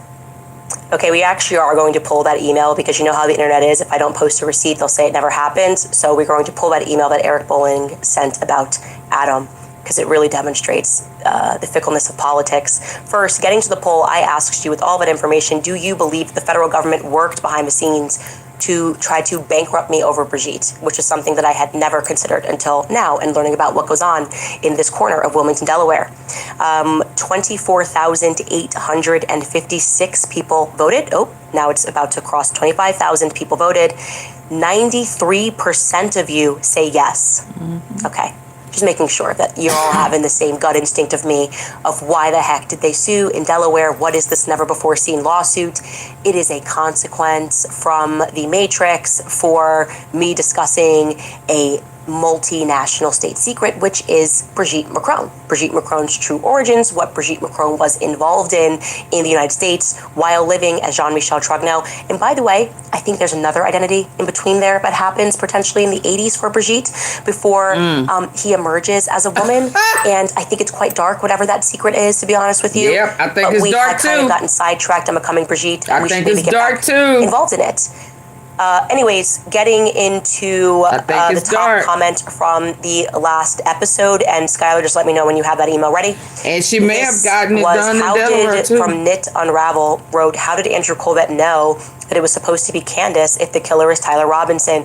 That was actually something that I had never considered. I told you guys that Andrew Colvett called me from the hospital and basically said you and Tucker should shut up because you guys are on a list. What list? My energy bill dropped from $150 to $50 by doing this. My friends laughed at me when I spent $49. Nobody mentioned that Tyler Robinson had a list. And certainly, if he's killing over the topic of transgenderism, I don't think me and Tucker would be high on it. So yeah, what are we speaking about? If this was a lone shooter, Tyler Robinson, when did Tyler Robinson have a list? Defending his lover, how is there a list? What was that list that was happening behind the scenes? It's almost like Tucker and I were being threatened from the United States military. And I should really say the global state military, because I do believe that we are run by the military and that the idea of democracy is what CIA is. Trafficking. Now, okay, guns, great. We have the email. Kids. Just to fact check this because it's funny, and we should now call him Alex for the rest of our lives. Yeah. Eric wrote, "Hey man, this was an email, by the way, to my PR. Tell Candace I meant no harm to her. It was that Alex guy who kept at it. He tried to corner me and he found out. If she wants to talk, I'll call her. If not, no worries. I've lost too many people in my life to get too emotional about these things. I've always respected CO. That moment got blown out of proportion. Anyway, I remain." And my message back was, keep that same energy. You went onto a podcast. You lied about my relationship with Charlie. right after he died, when I was still reeling from so many emotions. I was then being attacked and lied about a very real relationship that I had in my life. And you're just going to privately email this little sucker apology, keep the same energy, do it publicly, say I lied or I misspoke, whichever it is. He's not done that. He's not moved to do that. I don't believe he did. At least it wasn't sent to us. And he calls, he throws that guy Alex or whatever who wouldn't stop talking. So that's him. He's just Alex who won't stop talking on the PBD podcast because his only mission in life is to defend Zionism, to defend Zionists and to attack people who don't like what Israel is doing, which is virtually everybody at this point. So, yeah, he is anyways, the devil. I think we are just so over time that I don't know that we're going to have too much space here for comments, and we have so much to cover this week. I'll read a couple of these. Mickey Shaw writes, "We wrestle not against flesh and blood. To get arrested. We fear no man. Candace is our champion. Jesus is our king." Bless you. And that is true. We just have to commit ourselves to truth. And like I said, I sense an urgency right now. They are being so evil in our faces. They chose to publicly execute Charlie and then to dare us to question the narrative. Absolutely. That's scary. It's meant to scare you and to instill fear in you. And the response to this, of course, has to be more truth. We cannot be fearful. We have to keep telling the truth. Fegliano writes, "These elites are horror show cruel. I am understanding in a way that I didn't before why people believe in God. In the face of this, it provides meaning and comfort available from little else. Shame on officials everywhere who disregard morality, especially the powerful ones. Also, Nick, stop being so ignorant. It's annoying." They are devil. Genevieve writes, "Candace, you are my worshippers. personal hero. Go Max." 6-7 writes, "Candace is based." Blessed Butterfly Girl writes, Jeremiah 1:7-8, "Don't be afraid to speak." And also Corinthians 3:17, "Where God is, there is liberty." Absolutely. And that is why, I'm putting the information out there. I think people need to know that this is how things are planned. There's nothing that makes sense about what happened on that day. And when you speak to the UVU students, the fact that they didn't recognize anybody indicates that we might be looking at military regiments that were there. And from the information that I am getting, which I'm going to explain later this week, I think there were some National Guard regiments that were there, some French Foreign Legionnaires that were there, and yes, some Israelis that were there, hence the 12 Israeli cell phones, and that information is all going to come to light. Like I said to you from the beginning, I never had for a single second the sense that they were going to get away with it this time. I felt the devil had overplayed his hand, and the devil overplayed his hand. I like that. Seeing that. I think Brigitte overplayed his hand. I think Jean-Michel Trogneau, the evidence is pointing to the fact that he is from a very powerful old family. That's pretty obvious to me. The entire Trogneau backstory makes entirely no sense, saying that they were chocolatiers and things were never interrupted. They just ran this chocolatier factory from like the 1880s all the way through to now. Not possible. Nazis did an aerial bombardment. They occupied the city of Amiens. This seems to me to be an identity that was just created and materialized for this family, and that the true family is a very powerful family, and that is why they are so obsessed with protecting this absurd state secret. The whole world knows this is a dude. What are we doing here? And they're willing to go mask down and to expose themselves the whole world knows he's to keep up this pretense, to keep pretending that it's a woman. Why did Jean-Michel have to transition, a quote unquote transition into a woman? What was Jean-Michel Trogneau involved in that required that transition? These are now the questions that I'm asking myself. And you know what?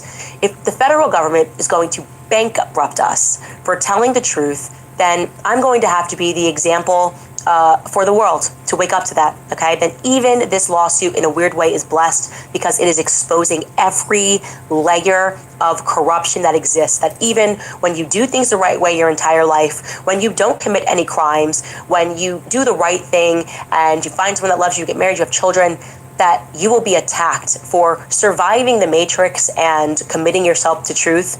That feels like a very important lesson for the entire world to wake up to. And I think the entire world is waking up to that right now. So you know what? Joke's on you. You will be hoisted by your own petard. And we will end with that French expression.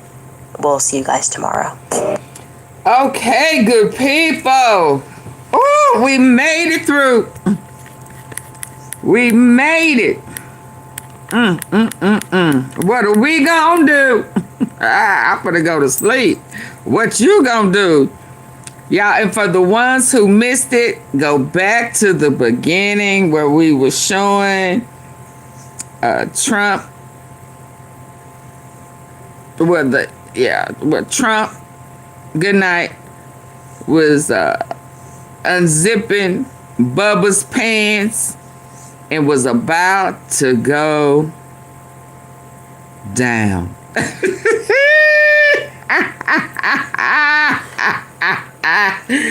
Go back to the beginning.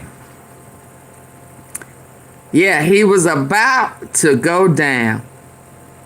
Down, down, AunTeaFee. Down, down. Good night, y'all. I'll see y'all later. Go check it out. Peace and hair grease, baby. What is it?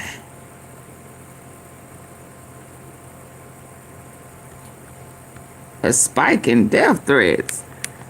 Is he talking about download the hard kids? app and join my rewards right now. Later, Gator. At the wild crocodile. Throughout his entire career, in business, reality TV, and politics, Donald Trump has had one and only one play: bullying his opponents into silence.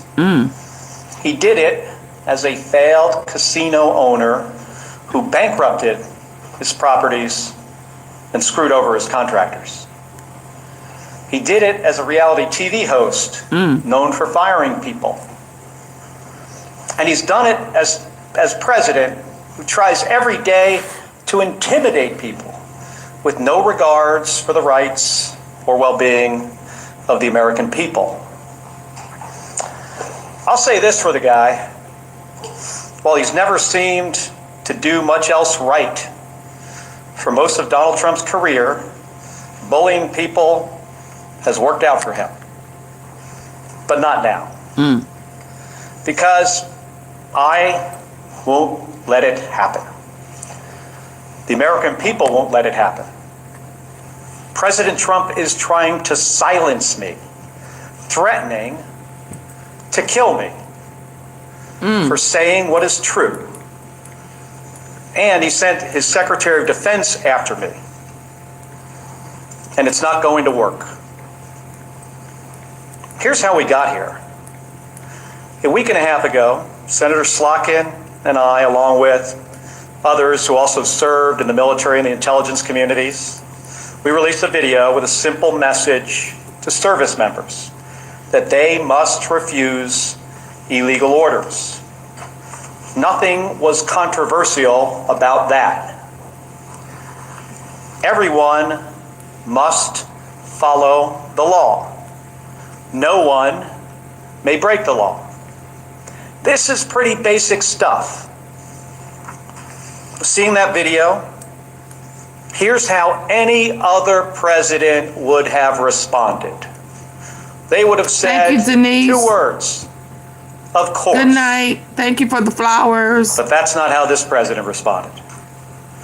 We've become so accustomed for him as well. to Donald Trump's behavior that it is worth emphasizing. The President of the United States said that 2 U.S. senators and 4 members of the House of Representatives should be arrested, hanged, executed for something we said, for something that is true. My family knows the cost of political violence. My wife Gabby was shot in the head and nearly died while speaking with her constituents. The president should understand this too. He has been the target of political violence himself. The Speaker of the Minnesota House of Representatives, Melissa Hortman, and her husband were murdered in their home this year. The governor of Pennsylvania, Josh Shapiro, had his house firebombed this year. Then Charlie Kirk was assassinated at Utah Valley University, a place I visited just a few weeks ago with Republican Senator John Curtis. Faced with a wave like this, every other president we have ever had in the history of this nation would have tried to heal the country. Facts. But we all know Donald Trump. He uses every single opportunity to divide us. And that's dangerous. The president's words carry tremendous weight. People listen to him. And he knows that. And that's exactly why he does what he does. He makes these threats to silence people. And if that doesn't work, he abuses his power to intimidate people. And with the consent of Republicans in the United States Senate, he has surrounded himself with people like the Secretary of Defense, Pete Hegseth, who will do whatever he says with no question, no matter what. Good night. Trump and Hegseth, they care more about publicity than they do about the rule of law. That's how I ended up finding out via a tweet that the Secretary of Defense was ordering an investigation into me. The same Secretary of Defense who has, from the moment he was nominated, has been historically unqualified for this position. The same Secretary of Defense who is reported to have ordered a second strike to kill shipwreck survivors in the Caribbean. If there is anyone who needs to answer questions in public and under oath, it is Pete Hegseth. It's a dangerous moment for the United States of America when the president and his loyalists use every lever of power to silence United States senators for speaking up. But we all know that this isn't about me, and it's not about the others in that video. They're trying to send a message to retired service members, to government employees, to members of the military, to elected officials, and to all Americans who are thinking about speaking up. You better keep your mouth shut or else. This has been a singular focus of President Trump's second term. Not addressing costs, not creating jobs, intimidating people, and going after the people he views as his political opponents. Yep. He's done it to companies. You better write a check to build my ballroom, or I might not approve your merger. Yep. He's done it with universities. You better fire your president, or I'll pull your research funding. Yep. He's even done it to late night hosts. You better not make jokes that I do not like, or I'll get you taken off the air, and I'm going to take your company's broadcast license. And he does it every week with Republicans in the House and the Senate. You better toe the party line, or I'll make sure you never get reelected. Folks, this comes at a cost. And not only to American companies, colleges, and comedians. The people. It damages every American's freedom of speech and the balance of powers that form the foundation of our democracy.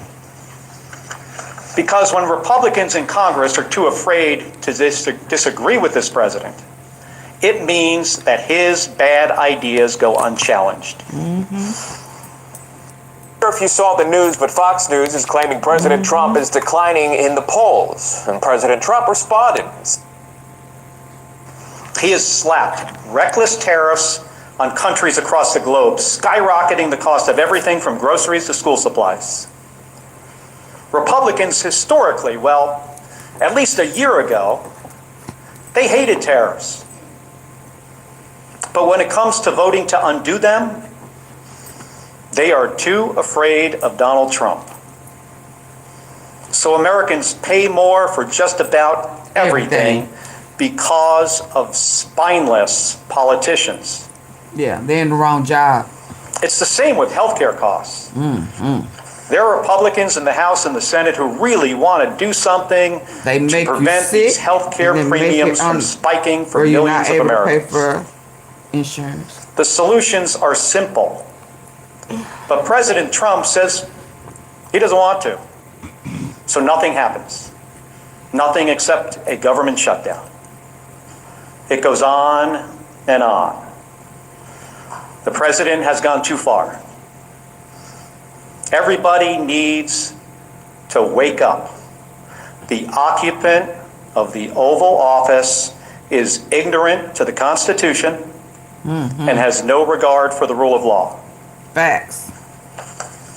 Trying to silence me, in proposing to court-martial me, in threatening to kill me, for fighting back when our democracy demands that we must fight back.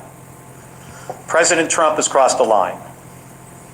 And this time, it's not going to work. I will not be intimidated by this president. I am not going to be silenced by this president or the people around him, because I've given too much in service to this country to back down to this guy. In 1991, when Donald Trump was driving the Taj Mahal casino into bankruptcy, I was getting shot at over Iraq and Kuwait. In 2001, after Donald Trump said that the collapse of the Twin Towers meant he now owned the tallest skyscraper in Manhattan. Oh, wow. I was carrying flags honoring 9/11 victims into space on a rocket ship. And he was trying to get on his knees. In 2003. Oh, well, no, not yet. When Donald Trump was writing birthday greetings to the monster Jeffrey Epstein, I was the first on the scene to recover the bodies of my fellow astronauts. Don't forget about who died in the Space Shuttle Columbia, where he was sucking on Bill Clinton's Peter. In 2011, when Trump was hosting a reality show and peddling conspiracy theories against President Barack Obama, I was sitting next to my wife's hospital bed as she recovered from a gunshot wound to the head. My point is this: I've been through a lot worse in service to my country. The president and Pete Hegseth are not going to silence me. They aren't going to keep me from speaking out, and they're not going to keep me from doing my job. Let's go. Enough of the bullying, enough of the intimidation, enough of the threats, enough of your nonsense. Doesn't help anyone in our country afford their groceries or pay their medical bills. And it erodes the rights of every American. My job is to fight for them, to stand up for the Constitution. And nothing is going to stop me from doing my job. Thank you. Okay, y'all. Good night. Good night.